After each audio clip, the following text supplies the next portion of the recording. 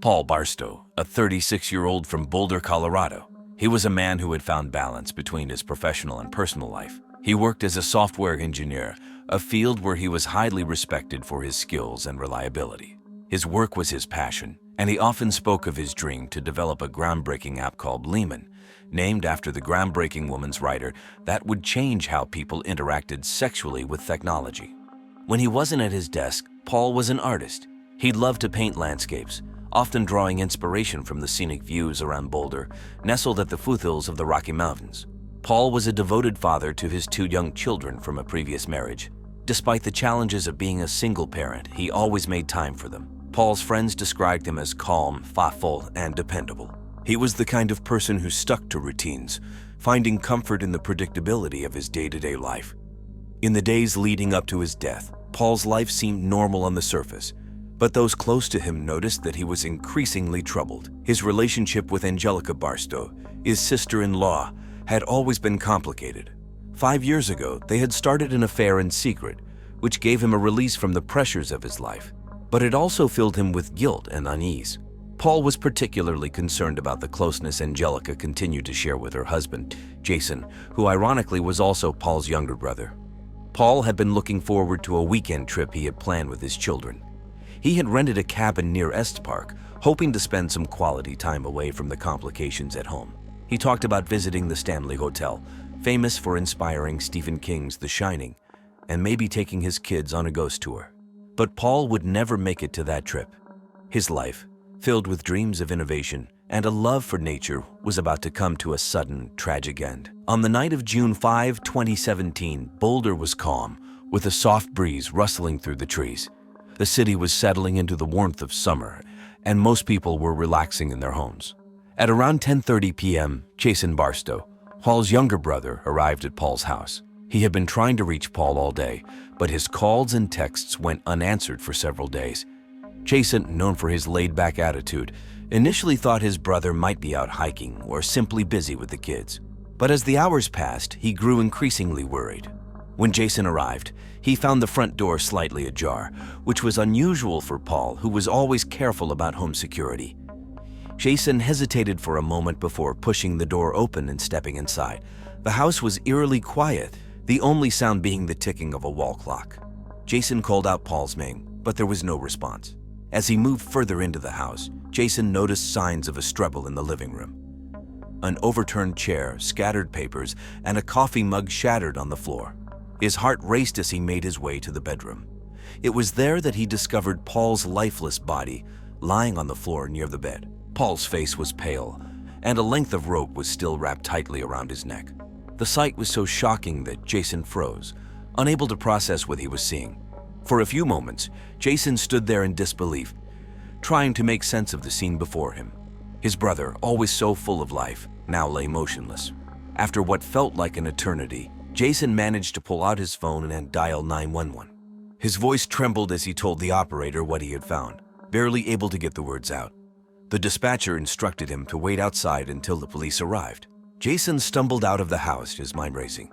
He sat on the front steps, staring blankly at the street, trying to hold back tears. Within minutes, the sound of sirens filled the air as Boulder police arrived on the scene. Neighbors peeked out from their windows, drawn by the flashing lights, but Jason couldn't bring himself to look at anyone. His world had just been shattered, and all he could do was wait for the nightmare to unfold further. The Boulder police arrived quickly at Paul Barstow's home on the night of June 5, 2017. The flashing lights and sirens cut through the quiet neighborhood, alerting nearby residents that something terrible had happened. Detective Laura Reynolds, a seasoned investigator with 15 years of experience, was the first on the scene. Known for her no-nonsense approach and sharp instincts, Reynolds immediately sensed that this was no ordinary death. As she entered the house, Reynolds took in the disarray. The living room looked like it had been the site of a struggle. An overturned chair, scattered papers, and a shattered coffee mug painted a picture of chaos. But it was the scene in the bedroom that confirmed her worst fears. Paul Barstow lay on the floor, a length of rope still tightly wound around his neck. His face was pale, his eyes lifeless. The sight was disturbing, even for someone as experienced as Reynolds. The crime scene team quickly set to work, photographing the room from every angle and collecting potential evidence. They dusted for fingerprints, took samples from the rope, and carefully bagged the shattered pieces of the coffee mug. Reynolds noticed the position of Paul's body. His hands bore defensive wounds, and there were signs of bruising around his neck and face. To her, this clearly pointed to a violent struggle, suggesting that Paul had fought for his life. However, not everyone on the team was convinced. As the investigation progressed, a controversy began to brew. Some forensic experts argued that the scene could be interpreted differently. Dr. Matilda Chiang, a forensic pathologist with a reputation for thoroughness, suggested that the evidence might point to a suicide rather than a murder. She noted that the rope had been tied in a way that could be self-inflicted, and the disarray in the living room could have been caused by Paul in a distressed state. According to Dr. Chiang, it wasn't uncommon for people in deep emotional turmoil to stage scenes before taking their own lives. This conflict between several different experts created tension within the investigation. On one side, Detective Reynolds and her team were convinced that Paul had been murdered, possibly during a violent struggle. On the other side, Dr. Chiang and her supporters argued for a more nuanced interpretation, one that considered the possibility of suicide. The disagreement slowed the investigation, as the team was forced to consider both possibilities, examining every piece of evidence from multiple angles. As the days passed, the pressure on the Boulder Police Department grew. The media caught wind of the conflicting theories, with local outlets like the Denver Post, a newspaper renowned for its hard-hitting investigations, running stories that questioned whether the police were pursuing the right leads. The controversy only added to the anguish of Paul's family, who were desperate for answers. They wanted to know what had really happened to the man they loved, and they demanded that the police uncover the truth, whether it pointed to murder or suicide. Angelica Barstow, Paul's sister-in-law, quickly became the first person of interest in the investigation. At 34, Angelica was known in Boulder for her quirky personality. She ran a YouTube channel with almost 100,000 subscribers called Fairy Works, where she posted videos about her interactions with fairies and other spiritual beings. The channel had gained quite a lot of attention, including from newspapers and some online outlets, but mostly for the wrong reasons. Viewers attacked her by the thousands, leaking hateful comments saying everything she was talking about was fake and that she was a liar. And by June 2017, the negativity had begun to take its toll on Angelica's mental health. Angelica's marriage to Jason Barstow, Paul's younger brother, had been rocky for years. Friends and neighbors had noticed their frequent public arguments, with Angelica often seen viciously berating Jason. On one occasion, she even forced him to strip in public and humiliate himself, yelling at him to declare that he was a loser. These incidents painted a picture of a woman on the verge of a nervous breakdown. The police were aware of these issues as they began their investigation. Detective Laura Reynolds, leading the case, focused on Angelica's possible motive. It was no secret that Angelica had felt trapped in her marriage, and her affair with Paul had provided her with an escape. The affair had been passionate and secretive, with several sexually explicit texts between Angelica and Paul found on Paul's phone. But as Paul began to pull away, possibly due to the increasing tension and fear in his life, Angelica's feelings of desperation and betrayal might have deepened.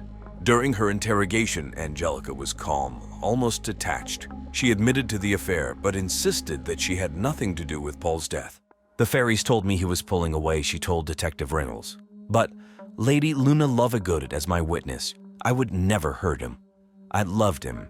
However, her demeanor struck Reynolds as strange, too composed, given the circumstances.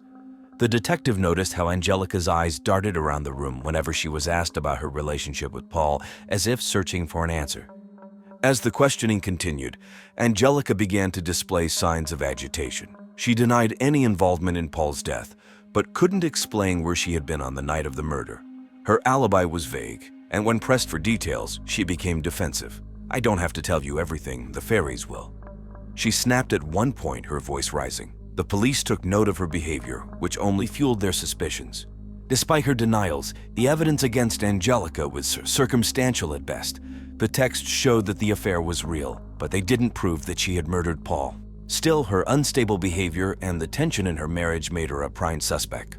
As the investigation continued, Detective Reynolds and her team kept a close eye on Angelica, waiting for any slip-up that might reveal more about her involvement in Paul's death. Next on the list of suspects was Jason Barstow, Paul's younger brother and Angelica's husband. Jason, 29, was known around Boulder as a charming but aimless man. He had drifted from job to job, never quite finding his footing. His easygoing attitude made him well-liked, but it also led to frequent clashes with Angelica, who was frustrated by his lack of ambition. Jason's relationship with Paul was strained, not just because of his affair with Angelica, but also due to the deep-seated envy he harbored for his older brother's success and stability. The police were aware of this sibling rivalry as they began questioning Jason. Detective Laura Reynolds, who was leading the investigation, found Jason to be cooperative but visibly nervous. When asked about his whereabouts on the night of Paul's death, Jason claimed he had been at a local bar, The Sink, watching the Rockies game and chatting with some friends. However, when the police checked his alibi, it didn't hold up. The bartender didn't remember seeing Jason that night, and none of the regulars could confirm his presence either. Jason's inconsistencies made the police suspicious, but there was more to consider. The tension in his marriage to Angelica had been no secret. Friends had noticed how Jason often tried to avoid confrontations with his wife, retreating into his easygoing nature whenever things got heated. But beneath his laid-back exterior, there was a man who had grown increasingly resentful of his brother's long-term affair with Angelica. Paul had everything Jason wanted: a successful career, a stable life, and for a while, a sexual relationship with Jason's own wife. During his interrogation, Jason tried to downplay the affair's impact on him. "Yeah, I was mad," he admitted to Detective Reynolds. But then he said he wasn't going to do anything about it since Paul was his brother, and while had our differences, he would never hurt Paul. His voice was steady, but Reynolds noted the way Jason's hands fidgeted constantly, a sign of his unease. The police pressed Jason about his relationship with Angelica, particularly the public arguments that had been witnessed by neighbors. Jason shrugged them off, saying, "Angelica's got a temper, but it's nothing serious. We argue. Then we bleep each other until we faint. But who doesn't?" Still, his attempts to downplay the tension didn't convince the detectives. There was something off about the way he avoided eye contact when asked about the night of Paul's murder. Despite the inconsistencies in his story, there was no concrete evidence linking Jason to the crime. His motive, anger and jealousy, was clear, but without more solid proof that the police couldn't pin the murder on him. Nevertheless, Jason remained under close scrutiny as the investigation continued, his every move watched by Detective Reynolds and her team. The final suspect under investigation was Linda Barstow, Paul's ex-wife.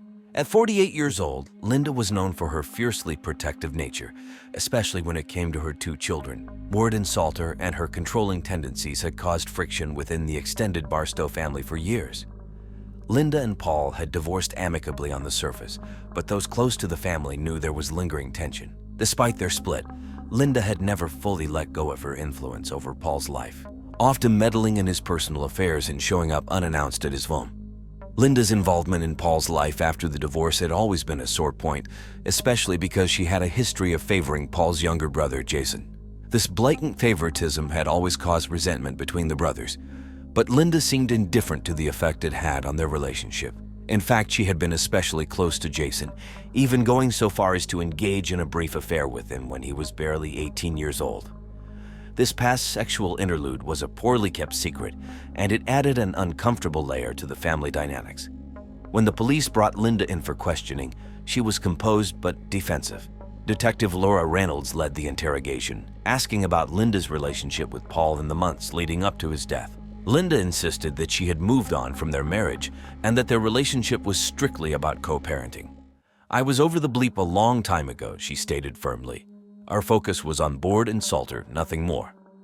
But Detective Reynolds wasn't convinced. Linda had a history of interfering in Paul's life, and there were rumors that she disapproved of his affair with Angelica. Friends of Linda's mentioned to the police that she had spoken openly about her disdain for Angelica, whom she considered unfit to be part of the family. Linda quickly pointed the finger at Angelica when she heard about Paul's death, telling detectives that she had always suspected Angelica was trouble. During her interrogation, Linda maintained her innocence but couldn't hide her animosity toward Angelica. "She was never good enough for Paul, and I told him that," Linda confessed. "I didn't want the bleeping bleep anywhere near my bleeping kids." Despite her strong feelings, Linda denied any involvement in Paul's death, insisting that she would never harm him, especially because of the impact it would have on their children. The police were left with a puzzle. Linda had motive, protectiveness over her children and resentment toward Angelica. But like Jason, there was no hard evidence linking her to the crime. Her strong personality and controlling nature made her a person of interest. But without more concrete proof, the detectives couldn't proceed with an arrest. The investigation continued as they sought the truth behind Paul's tragic death. On July 12, 2017, just when the investigation seemed to be hitting a dead end, a new piece of evidence emerged that changed everything. That morning, the weather was warm and sunny, typical for Boulder in early summer. A neighbor was walking her dog named Mary Sinclair Varlets when she noticed something unusual in the Barstow's trash can, which had been left out by the curb. Being a bit nosy by nature, she peeked inside and saw what appeared to be a torn piece of fabric stained with blood. Disturbed by the sight, she immediately called the police. Detective Laura Reynolds and her team arrived quickly on the scene. They retrieved the fabric, which was identified as a piece of shirt, frayed at the ends, and soaked in what was confirmed to be Paul Barstow's blood. This discovery was significant. It directly contradicted the suicide theory and pointed to a violent struggle. The shirt matched the DNA found around Paul's neck, making it a key piece of evidence in the investigation. Forensic experts were called in to analyze the rope and the bloodstains further. They also scored the Barstow's trash can for any other clues, finding nothing else of immediate interest. However, the presence of the rope was enough to reignite the investigation. Detective Reynolds felt a renewed sense of urgency. This changes everything, she felt. With the new evidence in hand, the detectives revisited their list of suspects. The t-shirt piece was likely discarded in a hurry, possibly by someone who had access to the Barstow home. The timing of the trash being taken out suggested that the killer was close to the family and knew their routines well. The team knew they had to re-interview the suspects, focusing on their whereabouts in the days after Paul's death and any potential connection to the rope. The discovery of the bloodied t-shirt piece marked a turning point in the investigation. It provided the detectives with the crucial evidence they needed to rule out suicide definitively and focus their efforts on finding the killer. The search for justice for Paul Barstow was far from over, but now the police had a new lead that could finally bring the truth to light. On July 15, 2017, Detective Laura Reynolds and her team made a breakthrough in the investigation. After weeks of questioning and collecting evidence, they identified Angelica Barstow as the prime suspect in Paul Barstow's murder. Angelica, 34, was Paul's sister-in-law and had been in a secret 5-year-long affair with him. Her strange behavior, including her obsession with fairies on her YouTube channel and the emotional turmoil she exhibited, had raised suspicions among the detectives. Angelica's alibi had fallen apart. Initially, she claimed she was at home with her children on the night of Paul's murder, but neighbors reported seeing her Chevy Malibu parked near Paul's house around the time of the crime. Moreover, Angelica's erratic behavior and emotional outbursts had been noted by several people, including her friends and family. Her YouTube channel, Fairy Works, where she talked about fairies as if they were real, had also gained a reputation for its bizarre content, which seemed to reflect her unstable mental state. On the morning of June 15, detectives arrived at Angelica's home to execute an arrest warrant. Angelica was found at her kitchen table, looking disheveled and anxious, wearing just a bra and nothing else. When the police explained that she was being arrested for Paul's murder, Angelica reacted with shock. Her face went pale, and she began to cry. "I didn't do it," she sobbed. "The fairies made me do it." Her claims about fairies seemed out of place and further raised doubts about her mental condition. Angelica was taken into custody, and the police conducted a thorough search of her home. They found more evidence linking her to the crime, including personal items belonging to Paul and additional pieces of rope that matched the one found in the trash. As the detectives interviewed her, Angelica continued to insist that she had been manipulated by fairies, a claim that seemed somewhat irrational. During her arrest, Angelica appeared bewildered and frightened, unable to comprehend the seriousness of the situation. Her emotional outbursts and strange explanations only deepened the police's belief that she was involved in the murder. Detective Reynolds described the arrest as a crucial step in solving the case. The arrest of Angelica Barstow sent shockwaves through Boulder. The community was stunned to learn that the seemingly devoted mother and wife could be involved in such a heinous crime. As the investigation moved forward, the focus shifted to understanding Angelica's motive and mental state, as the details of her involvement in Paul's murder continued to unfold. The trial of Angelica Barstow began on August 7, 2018, in Boulder County Court. The courtroom was filled with tension as people gathered to see justice for Paul Barstow. The case had attracted some media attention, with local news outlets closely covering each development. Angelica's trial was marked by intense emotions and dramatic courtroom moments. The prosecution, led by District Attorney Rachel Stone, argued that Angelica had planned and carried out Paul's murder. Stone, a 42-year-old attorney known for her tough stance on violent crimes, painted a clear picture of Angelica's motive. Stone argued Angelica's jealousy and unstable mental state led her to commit the horrific act of murdering her brother-in-law/lover. She highlighted Angelica's affair with Paul and her erratic behavior, including her bizarre claims about fairies manipulating her actions. The defense, represented by 50-year-old attorney Harold Green, took a different approach. Green argued that Angelica was suffering from severe mental illness and was not fully responsible for her actions. Green told the court that Angelica was in the grip of a psychological breakdown. He presented evidence of Angelica's ongoing struggles with mental health, including her obsession with fairies and her unstable behavior, suggesting that she was not in her right mind when the crime occurred. During the trial, Paul's family attended each day, their faces etched with sorrow. They watched as details of Paul's murder were laid bare, including the evidence of the bloody rope and Angelica's troubled past. The emotional toll on the family was evident as they heard about the affair and Angelica's claims about fairies.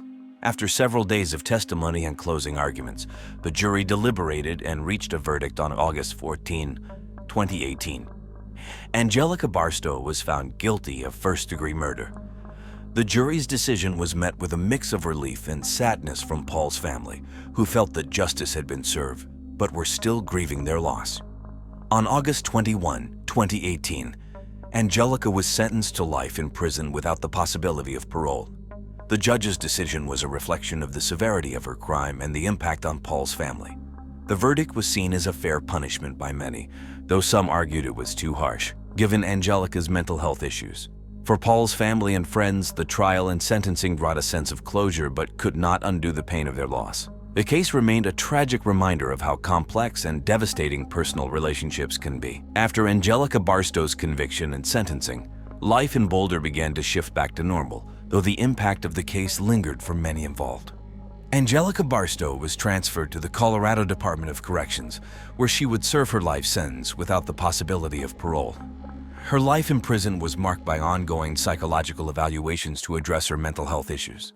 While her exact location within the prison system was not publicized for security reasons, it was known that she received regular counseling and medical care. Her claims about being influenced by fairies remained a topic of discussion, both among inmates and in media reports. Jason Barstow, Angelica's husband, faced a tough road ahead. But 29-year-old had to rebuild his life. He continued to work on his personal and professional life, trying to provide stability for his family amid the upheaval. His reputation was affected by the scandal, and he struggled to find steady employment in Boulder, a city that had followed the case closely. Linda Barstow, Paul's ex-wife, also dealt with the aftermath of the trial. Her relationship with Paul's family was strained, and her public criticism of Angelica had made her a controversial figure.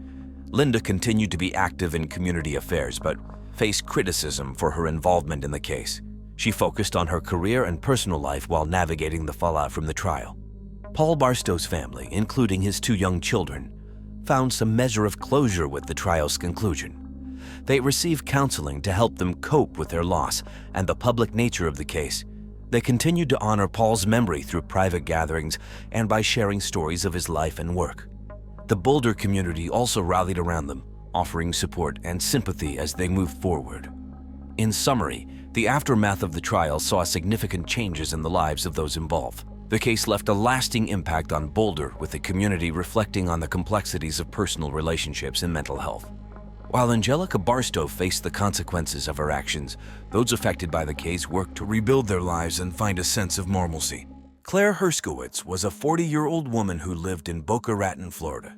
She was a stay-at-home mom and a part-time internet marketer. Claire was known for her lively personality and strong commitment to her family. She had a husband named David, who was 45, and 2 children, Greed, 12, and Block 9. Claire was very close to her family and friends and had built a successful career working from home, helping small businesses improve their online presence. She was good at what she did and enjoyed helping others succeed. Her work was featured on local business websites and in the Boca Raton Tribune. Claire's husband, David, owned a fishing tour company. To the outside world, he seemed like a devoted husband and father. However, as we will discover later, David had many secrets. Claire was very active in her community. She volunteered at Green and Block School, Pinecrest School, and was part of the PTA. She helped organize school events and fundraisers. She also loved to bake and often brought cookies and cakes to school events and community gatherings. In the days before her death, Claire was busy planning a family vacation to Disney World. She was looking forward to spending quality time with her family. Claire also had dreams of expanding her internet marketing business. She was working on a new project for a local restaurant and was excited about the possibilities it brought. Claire's life seemed perfect to many. She had a loving family, a successful career, and was well-liked in her community. However, everything changed in March 2016 when she discovered a dark secret about her husband's double life. This discovery would lead to her tragic and untimely death. On the morning of March 18, 2016, at around 8:00 a.m., Mark Stevens, Claire Herskowitz's next-door neighbor, made a shocking discovery. Mark, a retired police officer, was out for his usual morning walk when he noticed something strange at the Herskowitz house. The garage door was partially open, which was unusual for the typically tidy and cautious Claire. Curious and concerned, Mark approached the garage. As he got closer, he saw a pool of blood on the floor. His heart raced as he peered inside. There, lying motionless on the cold concrete, was Claire. She had been brutally attacked, her body covered in blood. Mark's years of police training kicked in. He quickly assessed the scene, noting the tire iron near Claire's body, which was likely the murder weapon. Mark immediately called 911, his voice steady but filled with urgency. He then waited outside the garage to ensure nothing was disturbed, keeping a watchful eye on the scene until the authorities arrived. The sound of sirens filled the air as the Boca Raton Police Department rushed to the scene. The garage was a gruesome sight. Blood splatters covered the floor and walls, evidence of a violent struggle. Claire's body showed signs of a brutal attack, with multiple wounds suggesting she had fought hard against her attacker. The detectives carefully documented the scene, taking photographs and collecting evidence. They noted the position of the tire iron and took swabs for DNA testing. As they worked, neighbors began to gather outside, whispering in shock and disbelief. The news of Claire's death spread quickly through the community, leaving everyone stunned. The detectives interviewed Mark Stevens, who described his discovery of the body. His calm and detailed account helped them piece together the initial timeline of the crime. Inside the house, Claire's children were still asleep, unaware of the tragedy that had unfolded just outside their door. The detectives made sure the children were taken to a safe place and arranged for them to stay with family members. As the investigation began, the community of Boca Raton was left reeling from the loss of a beloved mother and friend. When the Boca Raton Police Department arrived at the scene, it was around 8:15 a.m. on March 18, 2016. The team, led by Detectives Sarah Pallett and Yandy Ruse, quickly got to work. Detective Pallett, known for her meticulous attention to detail, and Detective Ruse, with his sharp instincts, were determined to solve the case swiftly. The garage where Claire Herskowitz's body was found was a gruesome sight. Blood splatters covered the walls and floor, indicating a violent struggle. Claire had been bludgeoned to death with a tire iron, which lay nearby, covered in blood. The scene suggested a sudden and brutal attack with no signs of a break-in, pointing to someone she knew. The detectives first secured the area, ensuring no one could contaminate the crime scene. They documented everything with photographs and detailed notes. Forensic specialists arrived and began collecting evidence, including the tire iron, fingerprints, and DNA samples. They also took swabs from various surfaces to look for any other traces of the attacker. Detective Pallett noted the chaos in the garage, a spilled toolbox, scattered papers, and a broken family photo. These details were crucial as they painted a picture of the struggle Claire endured. The detectives also found Claire's cell phone, which they hoped would provide more clues about her final moments. As the investigation continued, the detectives moved inside the house. They checked the home for any additional evidence or signs of forced entry but found none. This reinforced their belief that Claire knew her attacker. Detectives Pallett and Ruse interviewed the neighbors, including Mark Stevens, who had discovered the body. Mark provided a detailed account of his morning routine and how he stumbled upon the horrific scene. His calm demeanor and clear observations were invaluable to the investigation. The detectives also spoke with Claire's children, Greed and Black, in a gentle manner, ensuring they felt safe. The kids were taken to a relative's house, away from the traumatic environment. Detectives reached out to David Herskowitz, Claire's husband, who was at his office. His reaction was notably composed, which raised some initial suspicions. Detective Pallett and Ruiz reviewed security footage from nearby homes. They hoped to find any clues or suspicious activity around the time of the murder. They also planned to analyze Claire's phone records and social media for any unusual interactions or threats. As the day progressed, the detectives remained focused and determined. They knew solving Claire Herskowitz's murder was critical for the grieving family and the shocked community of Boca Raton. Every piece of evidence, no matter how small, was vital in their quest for justice. The first suspect in Claire Herskowitz's murder was her husband, David Herskowitz. At 45 years old, David owned a fishing tour company in Boca Raton. Everyone who knew him, David seemed like a devoted husband and father. He was meticulous, introverted, and kept his personal life private from everyone, including his family. However, as detectives began to dig deeper, they discovered that David had been hiding a lot from them. David had been having an affair and was also in deep financial trouble. His fishing tour company, which seemed successful on the surface, was struggling. He had taken out several loans and was facing mounting debts. These secrets painted a different picture of the man who seemed so dedicated to his family. Detectives Pallett and Ruiz brought David in for questioning on the afternoon of March 18, 2016. David appeared calm, but his demeanor was detached. He denied any involvement in Claire's death and claimed he was at his office during the time of the murder. However, his calmness seemed suspicious to the detectives, considering the brutal nature of the crime and the loss of his wife. David's alibi was weak. He said he was alone in his office working on paperwork. He couldn't provide any solid evidence to support his whereabouts. Detectives Pallett and Ruiz pressed him about his affair and financial issues. David admitted to the affair but insisted it had nothing to do with Claire's murder. He became slightly agitated when discussing his financial problems but maintained his innocence throughout the interrogation. The detectives also looked into David's phone records and emails. They found numerous calls and messages between him and his mistress, Jennifer Green, coincidentally Claire's best friend. This connection added another layer to the investigation and gave the detectives more questions about David's possible motives. Neighbors and friends were interviewed, and many were shocked to hear about David's double life. They described him as quiet and reserved, a stark contrast to Claire's outgoing personality. Some neighbors mentioned seeing David act nervously in recent weeks, which raised more red flags. The detectives knew they needed more evidence to either implicate or clear David. They continued to analyze his financial records, hoping to find a link to the crime. They also planned to question Jennifer Green to see if she knew anything more about David's potential involvement in Claire's murder. As the investigation progressed, David Herskowitz remained a key suspect. His secrets and strange behavior kept the detectives on high alert, knowing that unraveling his story was crucial to solving the case. The second suspect in the investigation was Jennifer Green, Claire Herskowitz's best friend and colleague. Jennifer was 45 years old, ambitious, and known for her competitive nature. She had been working with Claire on various internet marketing projects and had shared many personal details about her life with her. Little did Claire know Jennifer was also having an affair with her husband David Herskowitz, a fact that put her under intense scrutiny.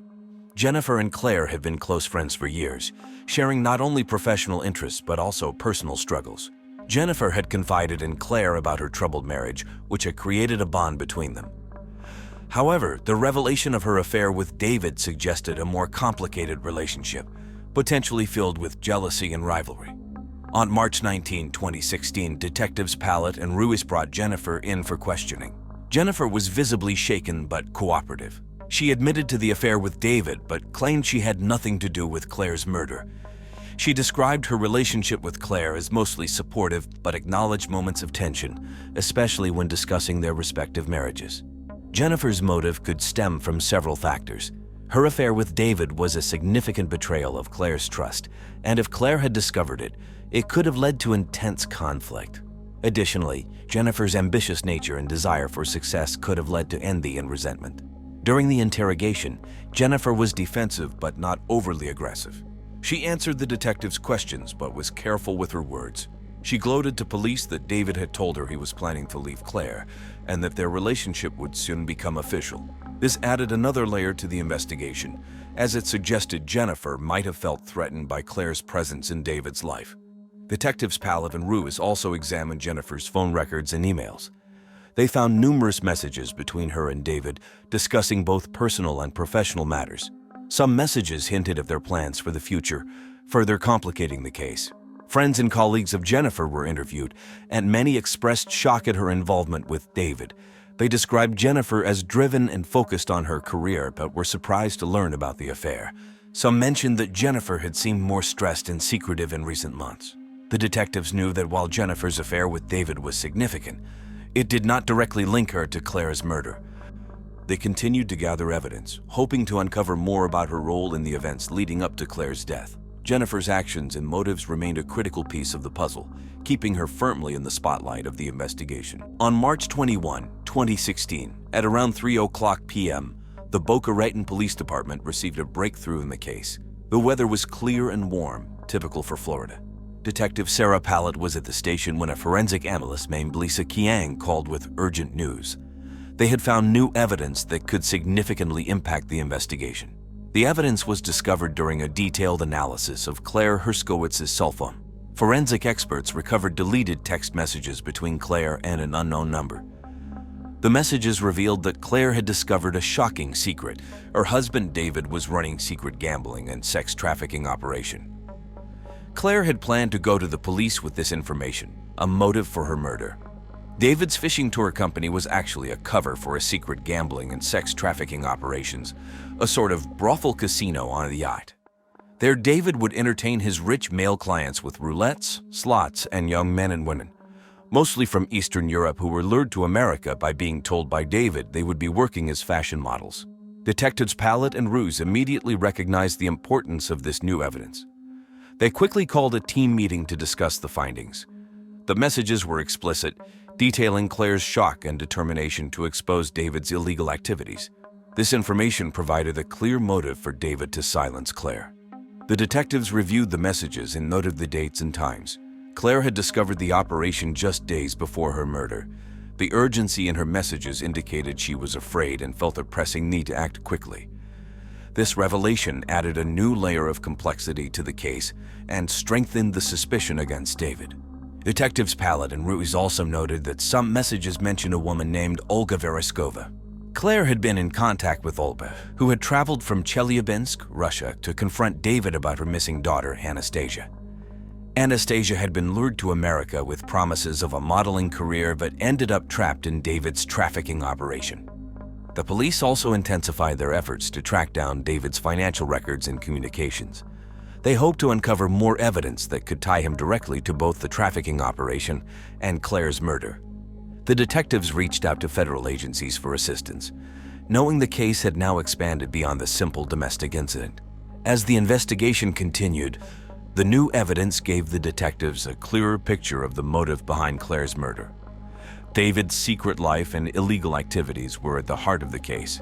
The detectives remained focused and determined, knowing that uncovering the full extent of David's operations was key to solving Claire's murder and bringing justice to her family. The third suspect in the investigation was Olga Vereskova.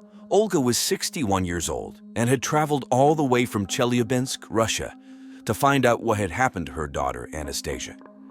Anastasia was just 18 when she came to America, believing she would be working as a fashion model. Instead, she became a victim in David Herskowitz's secret gambling and sex trafficking operation. On March 22, 2016, Detectives Sarah Pallet and Yandy Ruiz brought Olga in for questioning. Olga was visibly upset and determined to find justice for her daughter. She spoke through a translator, explaining how Anastasia had disappeared shortly after arriving in the United States. Olga had tried everything to find her daughter, even hiring private investigators, but all leads had pointed back to David Herskowitz. Olga described her daughter as bright, ambitious, and full of dreams. Anastasia had been excited about her modeling career and looked forward to a new life in America. When Anastasia stopped communicating, Olga knew something was terribly wrong. Her determination to find the truth had led her to sell everything to fly Florida and confront David directly. During the interrogation, Olga was emotional but composed. She recounted how she had met with Claire Herskowitz in the days leading up to Claire's murder. Claire had been sympathetic and promised to help Olga expose David's operation. This meeting had occurred just 2 days before Claire's death, making Olga a key witness. Olga's motive for wanting to confront David was clear. She wanted answers about her daughter's disappearance and was willing to do anything to get them. However, the detectives found no evidence linking Olga to Claire's murder. Her emotional state and detailed account of her search for Anastasia painted her as a grieving mother rather than a suspect. The detectives continued to press Olga for more information about David's operations. Olga revealed that she had gathered documents and records about David's illegal activities, hoping to use them to pressure him into revealing Anastasia's whereabouts. She handed over these documents to the detectives, providing crucial evidence to further their investigation. Friends and acquaintances of Olga in Russia described her as a determined and caring mother. They said she was relentless in her search for Anastasia and had exhausted all resources to find her. Her journey to America was her last hope to uncover the truth. With all of his testimony and the documents she provided, Detectives Pallet and Ruiz had more evidence to connect David to both the trafficking operation and Claire's murder. Polvi's involvement highlighted the international scope of David's crimes and the far-reaching impact of his actions. As the investigation progressed, Olga remained a crucial part of the case. Her unwavering determination to find justice for her daughter and her cooperation with the detectives brought them closer to uncovering the full extent of David's criminal activities. On March 24, 2016, after piecing together all the evidence, the Boca Raton Police Department identified David Herskowitz as Claire's murderer. David, 45, owned a fishing tour company, but his seemingly perfect life hid a dark secret. His operation was a cover for illegal gambling and sex trafficking. David's motive for killing Claire was clear. Claire had discovered his secret life and planned to expose him to the authorities.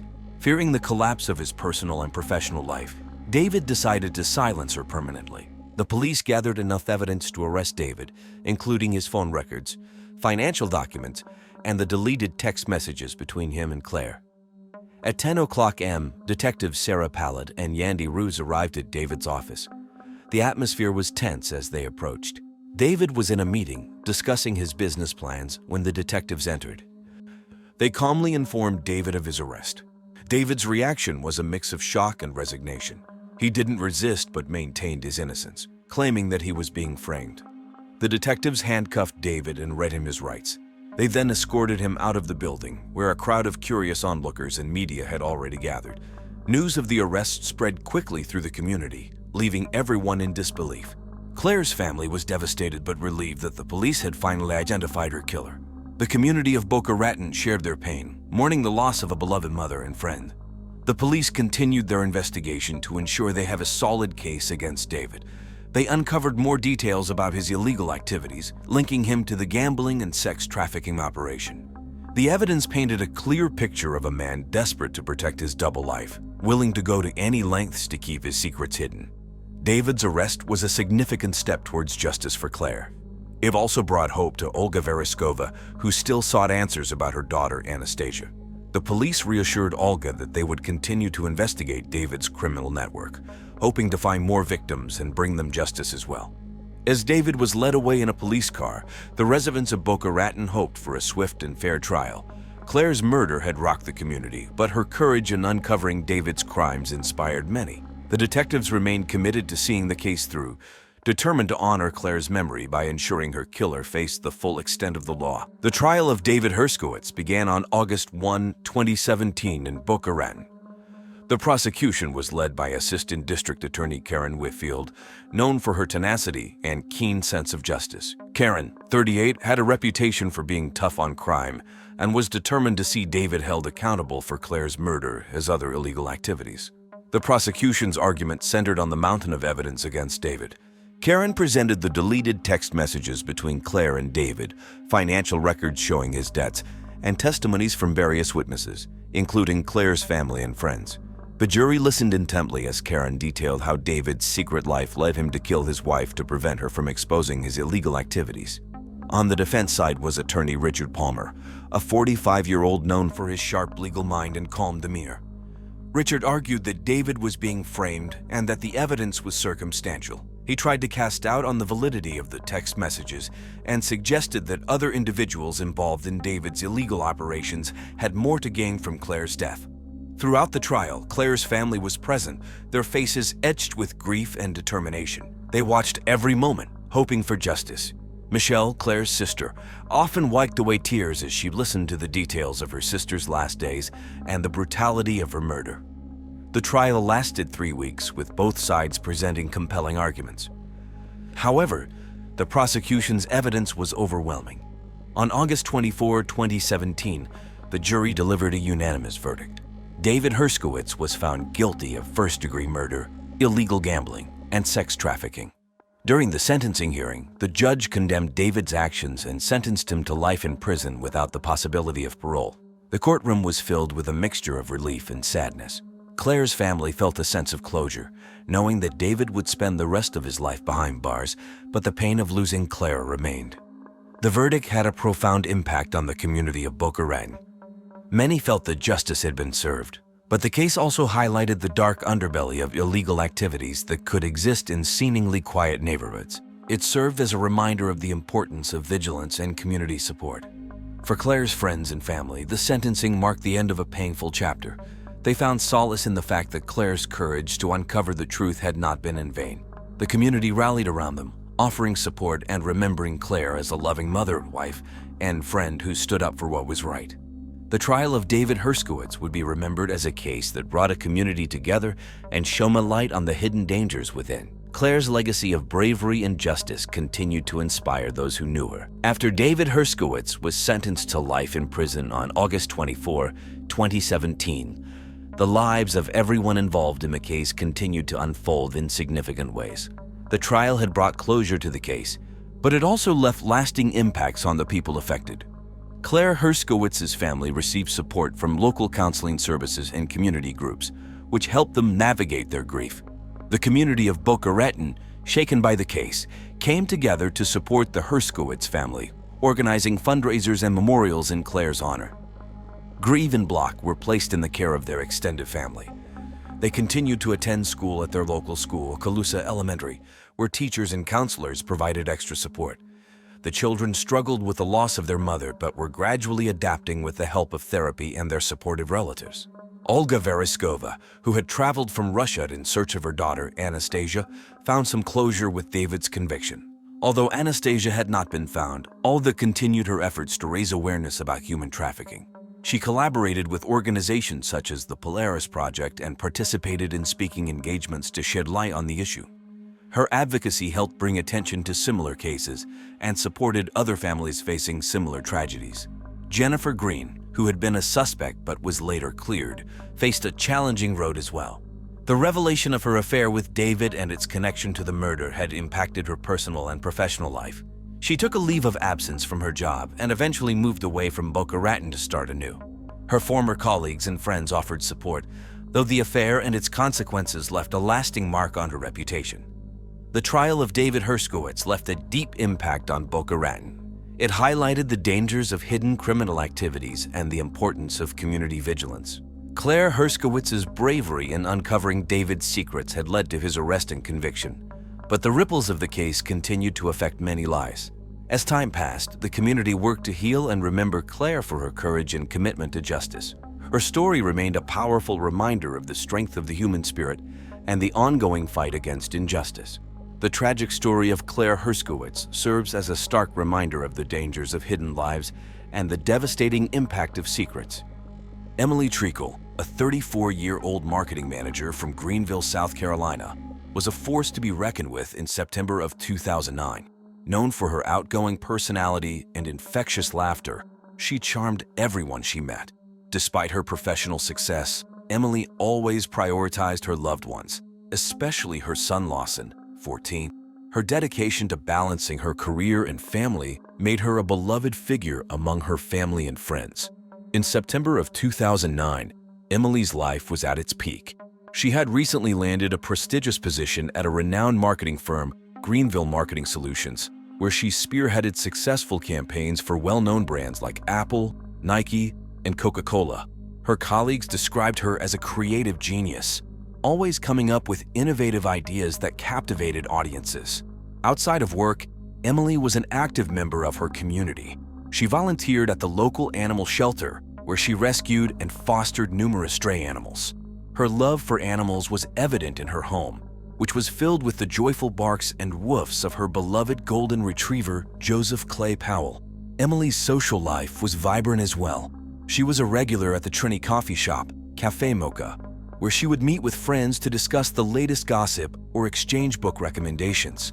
Her favorite pastime was attending live music events, and she often frequented the popular music venue, the Blue Note, where she would dance the night away with her friends.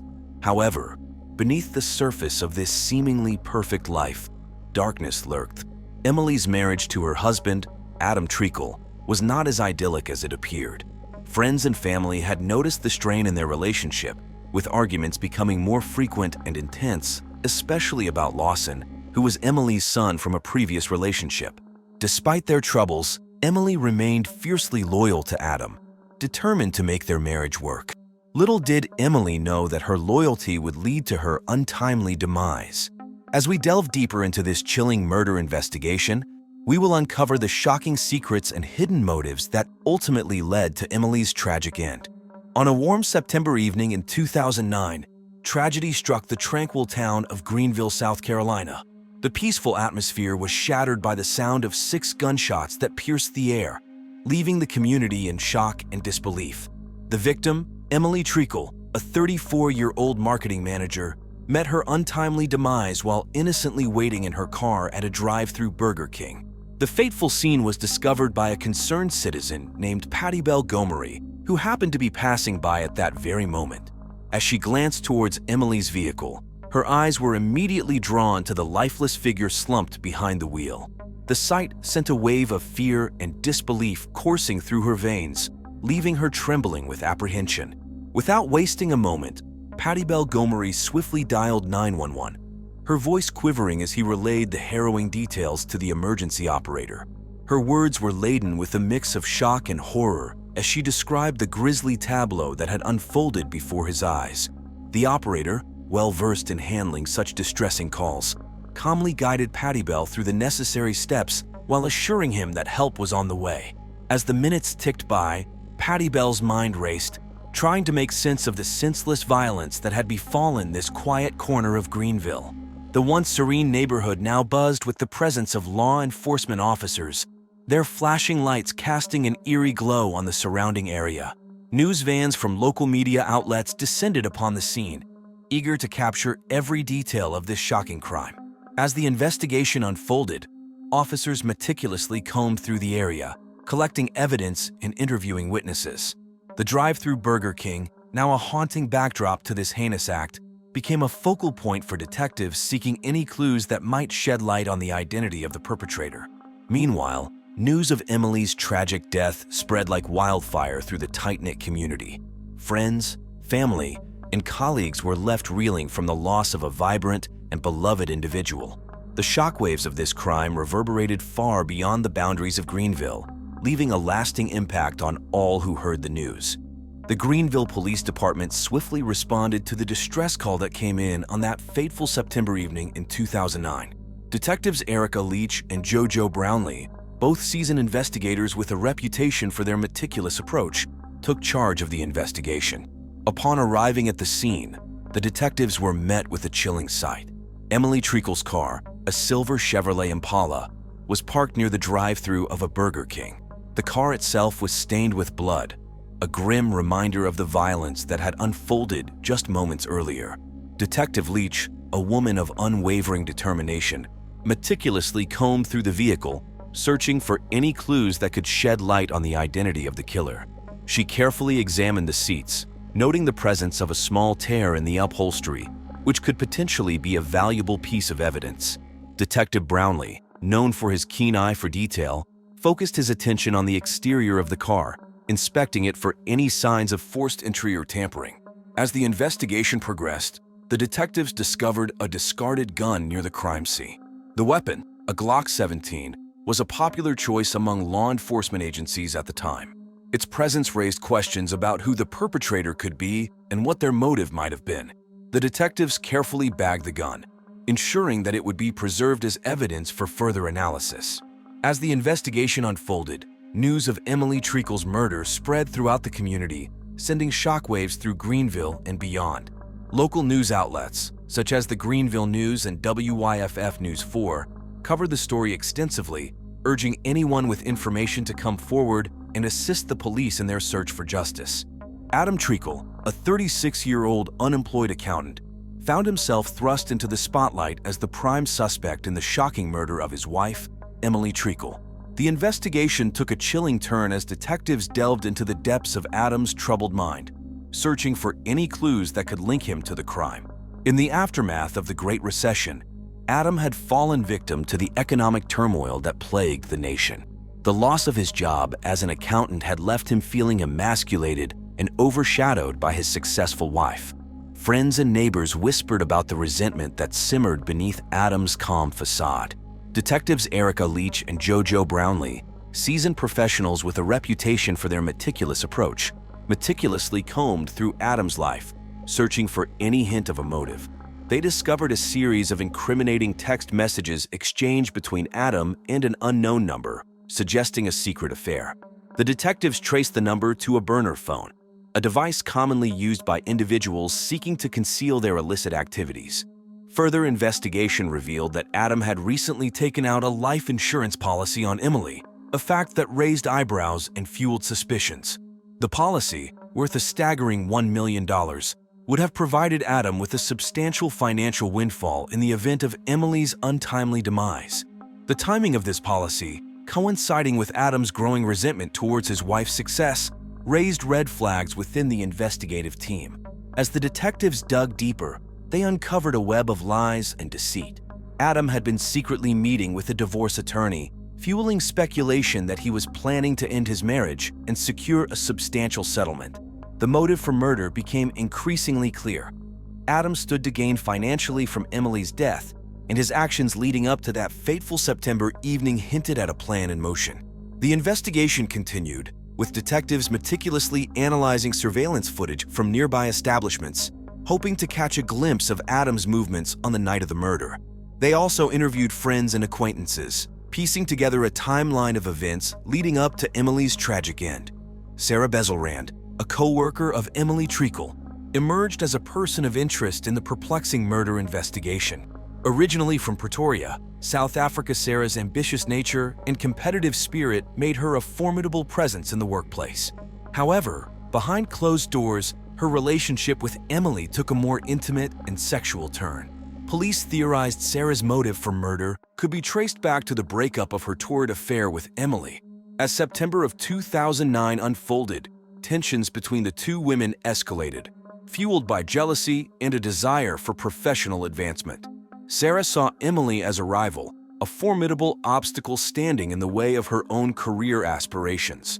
The police had also been diligently investigating the possibility that Sarah manipulated Adam Treacle, Emily's husband, into carrying out the heinous act.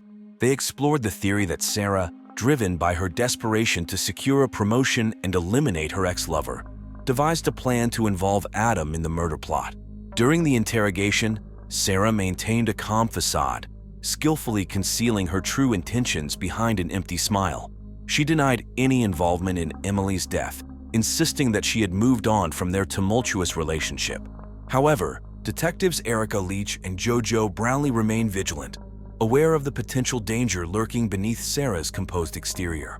As the investigation delves deeper into the lives of Sarah and Adam, the detectives uncovered a web of secrets and hidden desires. September of 2009 was a time of great uncertainty, with the lingering effects of the Great Recession casting a shadow over the nation.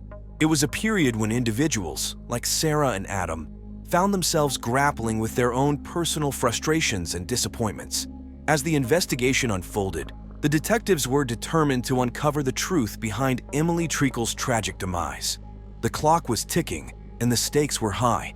Would they be able to untangle the web of deceit and betrayal that surrounds this chilling murder? Only time would tell. In the quiet town of Greenville, South Carolina, the Treacle family tragedy unfolded like a scene from a primetime crime drama. 14-year-old Lawson Treacle found himself at the center of a police investigation that gripped the community. The young teen, known for his curiosity and sometimes intrusive nature, was the son of the victim, Emily Treacle, and stepson to the prime suspect, Adam Treacle. Lawson, a student at the local middle school, was often seen skateboarding around the neighborhood, headphones on, lost in his own world. His friends described him as a smart kid, always with his nose in a book or working on his latest science project. But beneath the surface, Lawson harbored deep resentment towards his stepfather, Adam, whom he saw as an intruder in the close bond he shared with his mother. During the interrogation, Lawson's demeanor was a mix of teenage defiance and vulnerability. He spoke of his mother with warmth, recalling how she would cheer the loudest at his soccer games and was always there to help with homework. When asked about Adam, Lawson's tone shifted. He described feeling like an outsider when Adam entered their lives, a sentiment that only grew over time. Detectives probed for any sign of Lawson's involvement or knowledge of the crime. They questioned him about the gun found at the scene, but Lawson insisted he had never seen it before. He recounted his last conversation with his mother, a typical exchange about weekend plans and a reminder to do his chores. The interrogation revealed a troubled relationship between Lawson and Adam, but no evidence to suggest Lawson's involvement in the crime. The detectives concluded that the young teen, while troubled by family dynamics, was not capable of such violence. Instead, they turned their attention back to the other suspects, with Adam Treacle and Sarah Bezelrand remaining at the forefront of the investigation. As the case unfolded, the community rallied around Lawson, offering support and condolences. The story of the Treacle family tragedy served as a stark reminder of the complexities of family relationships and the impact of loss on a small town. Lawson, once a suspect, was now seen as a young boy who had lost his mother too soon, a victim of circumstances beyond his control. In the quiet city of Greenville, South Carolina, the case of Emily Treacle's murder had gripped the community with fear and uncertainty. But as the autumn leaves began to turn, signaling the change of seasons in the fall of 2009, a breakthrough emerged in the investigation that would bring a chilling resolution to the mystery. The Greenville Police Department, led by detectives Erica Leach and JoJo Brownlee, had been tirelessly piecing together the puzzle of Emily's untimely death. The evidence, meticulously gathered from the crime scene at the Burger King drive-thru, pointed to one individual, Adam Treacle, Emily's own husband. Adam, a 36-year-old unemployed accountant, had found himself jobless amidst the Great Recession, a time when financial turmoil was felt across the nation. His wife's success as a marketing manager only deepened his sense of inadequacy and resentment. It was this toxic mix of jealousy and financial desperation that detectives believe drove Adam to commit the unthinkable. On the fateful night of September 17th, Adam executed his plan. While Emily sat in her car while in line at the Burger King drive-thru, he approached under the cover of darkness and fired 6 shots, ending her life in a matter of seconds. The gun, a .38 caliber revolver, a stark symbol of his guilt, was found discarded near the scene, its serial number traced back to Adam. The detectives, armed with this evidence, confronted Adam during a tense interrogation. He sat across from them, his face a mask of stoic calm, but his eyes betrayed a flicker of panic. As the questions grew more pointed, his facade began to crumble.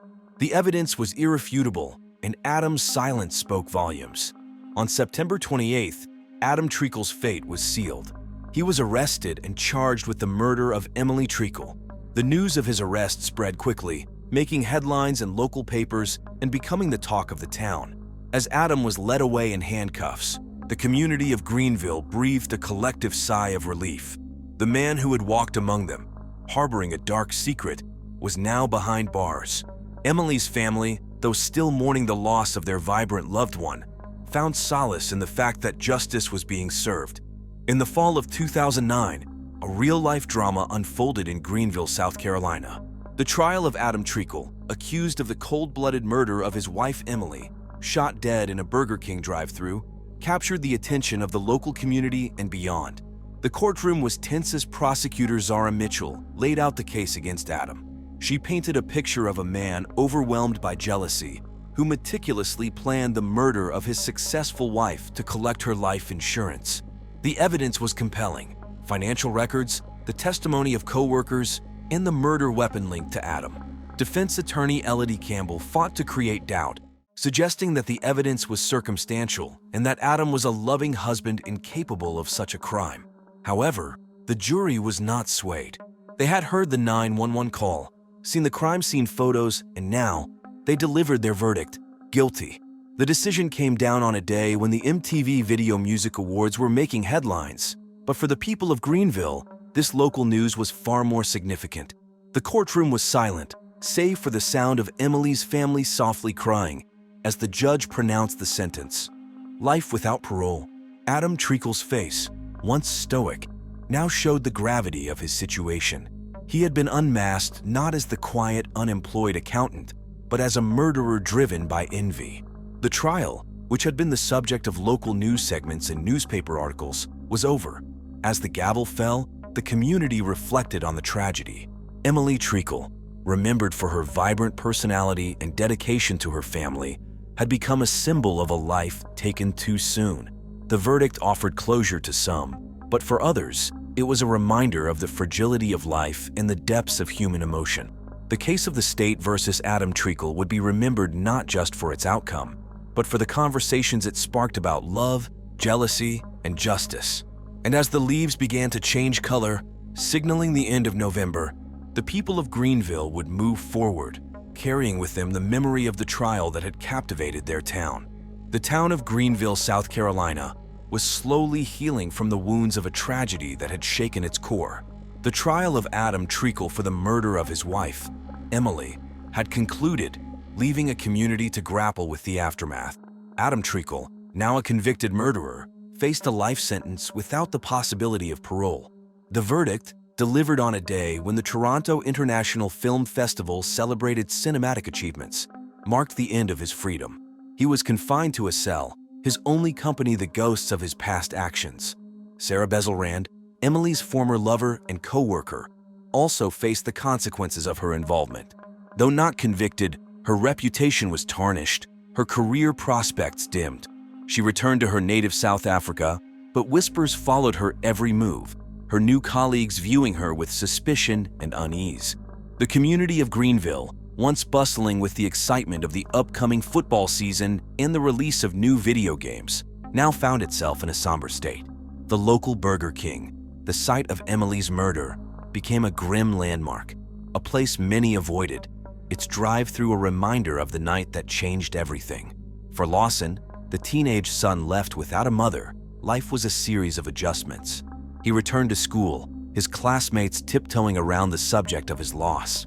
Football games and school dances were no longer just rites of passage. They were moments tinged with the absence of his mother's cheering presence. The Treacle case was a stark reminder of the complexities of human emotions and the consequences of actions driven by jealousy and greed. As Greenville looked to the future, the community held onto the hope that such darkness would never again touch their lives. Greenville, South Carolina, will forever bear the scars of this twisted murder investigation. The tragic death of Emily Treacle shattered the illusion of safety in this quiet suburban community. Through the tireless efforts of the police and the resilience of Emily's loved ones, justice was served, but the scars left behind will never truly fade away. Rick Romert Rales was 44 years old. He worked as a real estate agent in Guelph, Ontario. He was very good at his job, known for being friendly and outgoing. Rick loved to make people laugh with his jokes and pranks. One of his most famous pranks was when he forced his wife, Carly, to get a haircut by getting her down to the floor and shaving off all of her hair. He posted a video of the prank on social media, and it went viral, getting thousands of views. This prank caused a lot of tension between Rick and Carly. Rick lived in a nice house in Guelph with Carly and their 2 kids in Shure and Wheels. Rick went to school in Guelph and later studied business at a local college. He married Carly when he was 30, and they had been together for 14 years. Rick's parents, Tom and Betty, lived nearby and were very close to him and his family. He also had a brother named Tim, who lived in Toronto. Rick was very active on social media, especially on Facebook and YouTube. He loved sharing funny videos and pictures of his life. He had a lot of followers who enjoyed his content. Rick was always thinking of new ideas for pranks and jokes to share with his audience. He liked to stay current with trends and often talked about popular shows and events. like Canadian Idol and hockey. In the days before his death, Rick was busy with work, meeting clients and showing houses. He was also planning more pranks and spending time with his family. Rick seemed happy and full of energy. He had a big personality and was always the center of attention at gatherings. Rick's dream was to become even more famous and successful. He wanted to grow his social media following and maybe even get his own TV show. He often talked about these dreams with his friends and family. Rick was a very driven person, always working towards his goals. Despite his playful nature, Rick cared deeply about his family. He wanted to provide a good life for Carly and their children. However, the forced haircut prank had caused a big rift between him and Carly. She felt humiliated and angry, which led to a lot of tension in their home. This tension was still present in the days leading up to Rick's tragic death. On January 15, 2009, the weather in Guelph, Ontario was cold and snowy. It was early in the morning, around 7:00 a.m. The sun was just starting to rise, but the sky was still gray. Carly Rayles, Rick's wife, woke up and went to check on Rick. She found him in their bathroom. He was naked and lying in the bathtub, which was filled with water. A hairdryer was in the water, and it looked like Rick had been electrocuted. Carly was in shock. She screamed and called 911 right away. Her voice was shaky as she tried to explain what had happened. She told the operator that her husband was not breathing and that it looked like he had been electrocuted. The 911 operator tried to calm her down and told her to stay on the line until help arrived. The first person to arrive at the scene was Officer Alan Carter. He was a local police officer who had been with the Guelph Police Department for 10 years. When he entered the house, he saw Carly sitting on the floor, crying and shaking. She pointed to the bathroom and told him that Rick was in there. Officer Carter went into the bathroom and saw Rick in the tub. It was clear that Rick was dead. Carly was very upset and kept saying that Rick's death was an accident. The police were not sure what to think. They needed to find out more about what had happened that morning and whether Rick's death was really an accident or something more sinister. As news of Rick's death spread, the community was shocked. Rick was well known in Guelph, and many people couldn't believe that he was gone. His friends and family were heartbroken, and everyone wanted to know what had really happened in that bathroom on that cold January morning. The Guelph police arrived quickly at the Rayles home on January 15, 2009. Detective Collie McKinney led the investigation. Detective McKinney was known for her sharp mind and had worked on many important cases in Guelph. She and her team immediately began to carefully examine the scene. The bathroom where Rick was found was very clean, except for the bathtub. Rick's body was in the tub, and the water was still. The hairdryer was floating in the water, and it was clear that he had been electrocuted. Detective McKinney thought the scene looked suspiciously neat, as if someone had set it up to look like an accident. Detective McKinney and her team used various tools to gather evidence. They took photographs of the bathroom and the rest of the house. They also collected fingerprints and any other physical evidence they could find. They tested the hairdryer to see if it was working properly and looked for any signs of tampering. The police talked to Carly Rayles first. She was very upset and kept saying that Rick's death was an accident. She explained that Rick often played pranks and that he might have been trying to do something funny with the hairdryer. However, the police found it hard to believe that Rick would risk his life for a prank.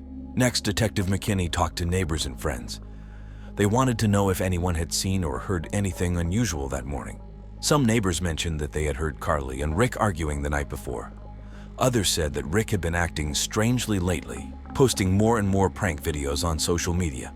The police also looked into Rick's social media accounts. They watched the video of the forced haircut prank he had done on Carly.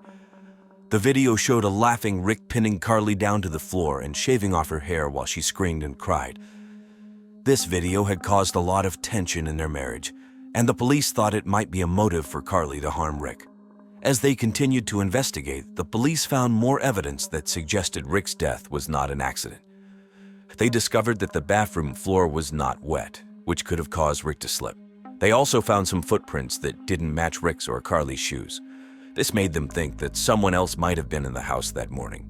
Detective McKinney and her team worked tirelessly to piece together the clues. They used all the tools at their disposal, including forensic analysis and interviews with everyone who knew Rick and Carly. They were determined to find out the truth about what had happened in that bathroom on the cold January morning. The investigation was complex, and the police knew they had to be thorough. Every detail mattered, and they were determined to uncover the truth behind Rick Romert's tragic death. The first suspect in Rick Romert's death was his wife, Carly Romert. Carly was 36 years old and worked as an interior designer. She was known for being very talented and creative, with a keen eye for detail. Her work was popular among high-end clients, and she had a good reputation in Guelph. Carly was usually calm and mild-mannered, but the forced haircut prank had pushed her to her limits. It caused a significant strain on her marriage and her relationship with her young children, Insure and Wheels, named by people on the internet as part of a publicity stunt. The police brought Carly in for questioning. Detective Collie McKinney led the interrogation. Carly looked tired and upset, but she tried to stay composed. She explained that Rick's prank had humiliated her. He had shared the video of the prank on social media, and it had gone viral.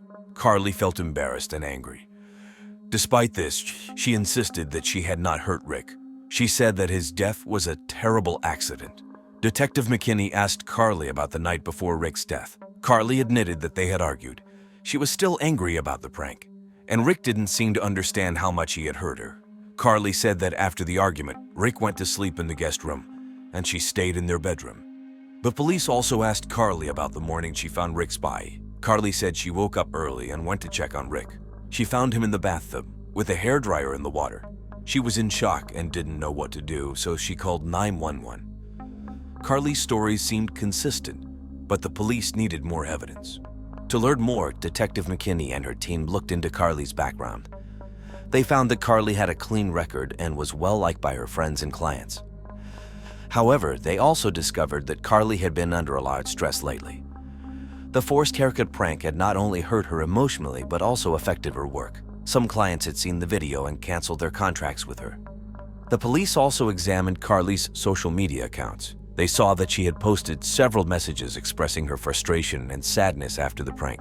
Some of her friends had commented, offering support and telling her to stay strong. The messages showed that Carly was deeply affected by what Rick had done. Despite Carly's claims that she was innocent, the police knew they had to consider all possibilities. They continued to investigate, looking for any clues that might prove or disprove Carly's involvement in Rick's death. They were determined to find the truth and bring justice to Rick and his family. The second suspect in Rick Romert's death was Mike Chattelvecchio, Rick's business partner. Mike was 40 years old and known for being very practical and business-focused. He was the serious one in their partnership, balancing out Rick's playful nature. However, Mike had become increasingly frustrated with Rick's lack of professionalism and the distractions caused by Rick's social media antics. One of Rick's pranks had even forced Mike to make out with Carly on camera, adding to his embarrassment. The police brought Mike in for questioning. Detective Collie McKinney led the interrogation. Mike looked calm but tired. He explained that he had been working hard to keep their real estate business afloat. The recent financial issues had put a lot of stress on him. He admitted that Rick's constant pranks and social media stunts were causing problems for the business. However, Mike insisted that he would never hurt Rick. Detective McKinney asked Mike about his relationship with Rick. Mike said that they had been friends for many years and had built their business together. He admitted that Rick's behavior had become more erratic lately, especially after the haircut prank. Mike said he had talked to Rick about focusing more on their business and less on social media, but Rick didn't seem to take him seriously. The police also asked Mike about his whereabouts on the morning of Rick's death. Mike said he had been at home, preparing for a meeting with a client. He had no alibi, but he seemed confident that he had nothing to hide. Detective McKinney found Mike's demeanor interesting. He was calm and collected, which made her wonder if he was hiding something.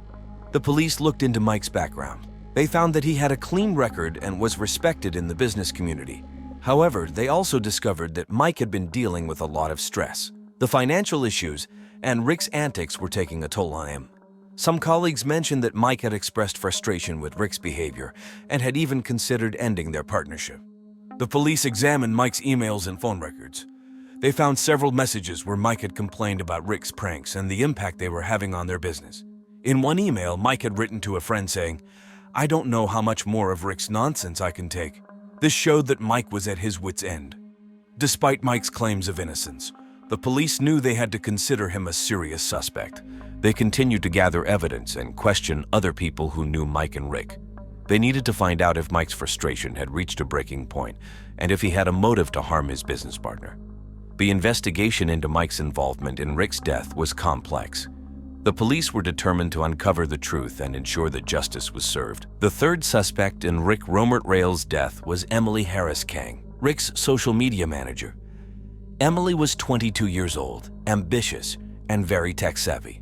She helped Rick grow his online presence and loved the thrill of internet fame. Emily enjoyed the benefits that came with managing a popular social media account, but her relationship with Rick was complicated. They had a secret affair, and Emily was jealous of Rick's wife, Carly. The police brought Emily in for questioning.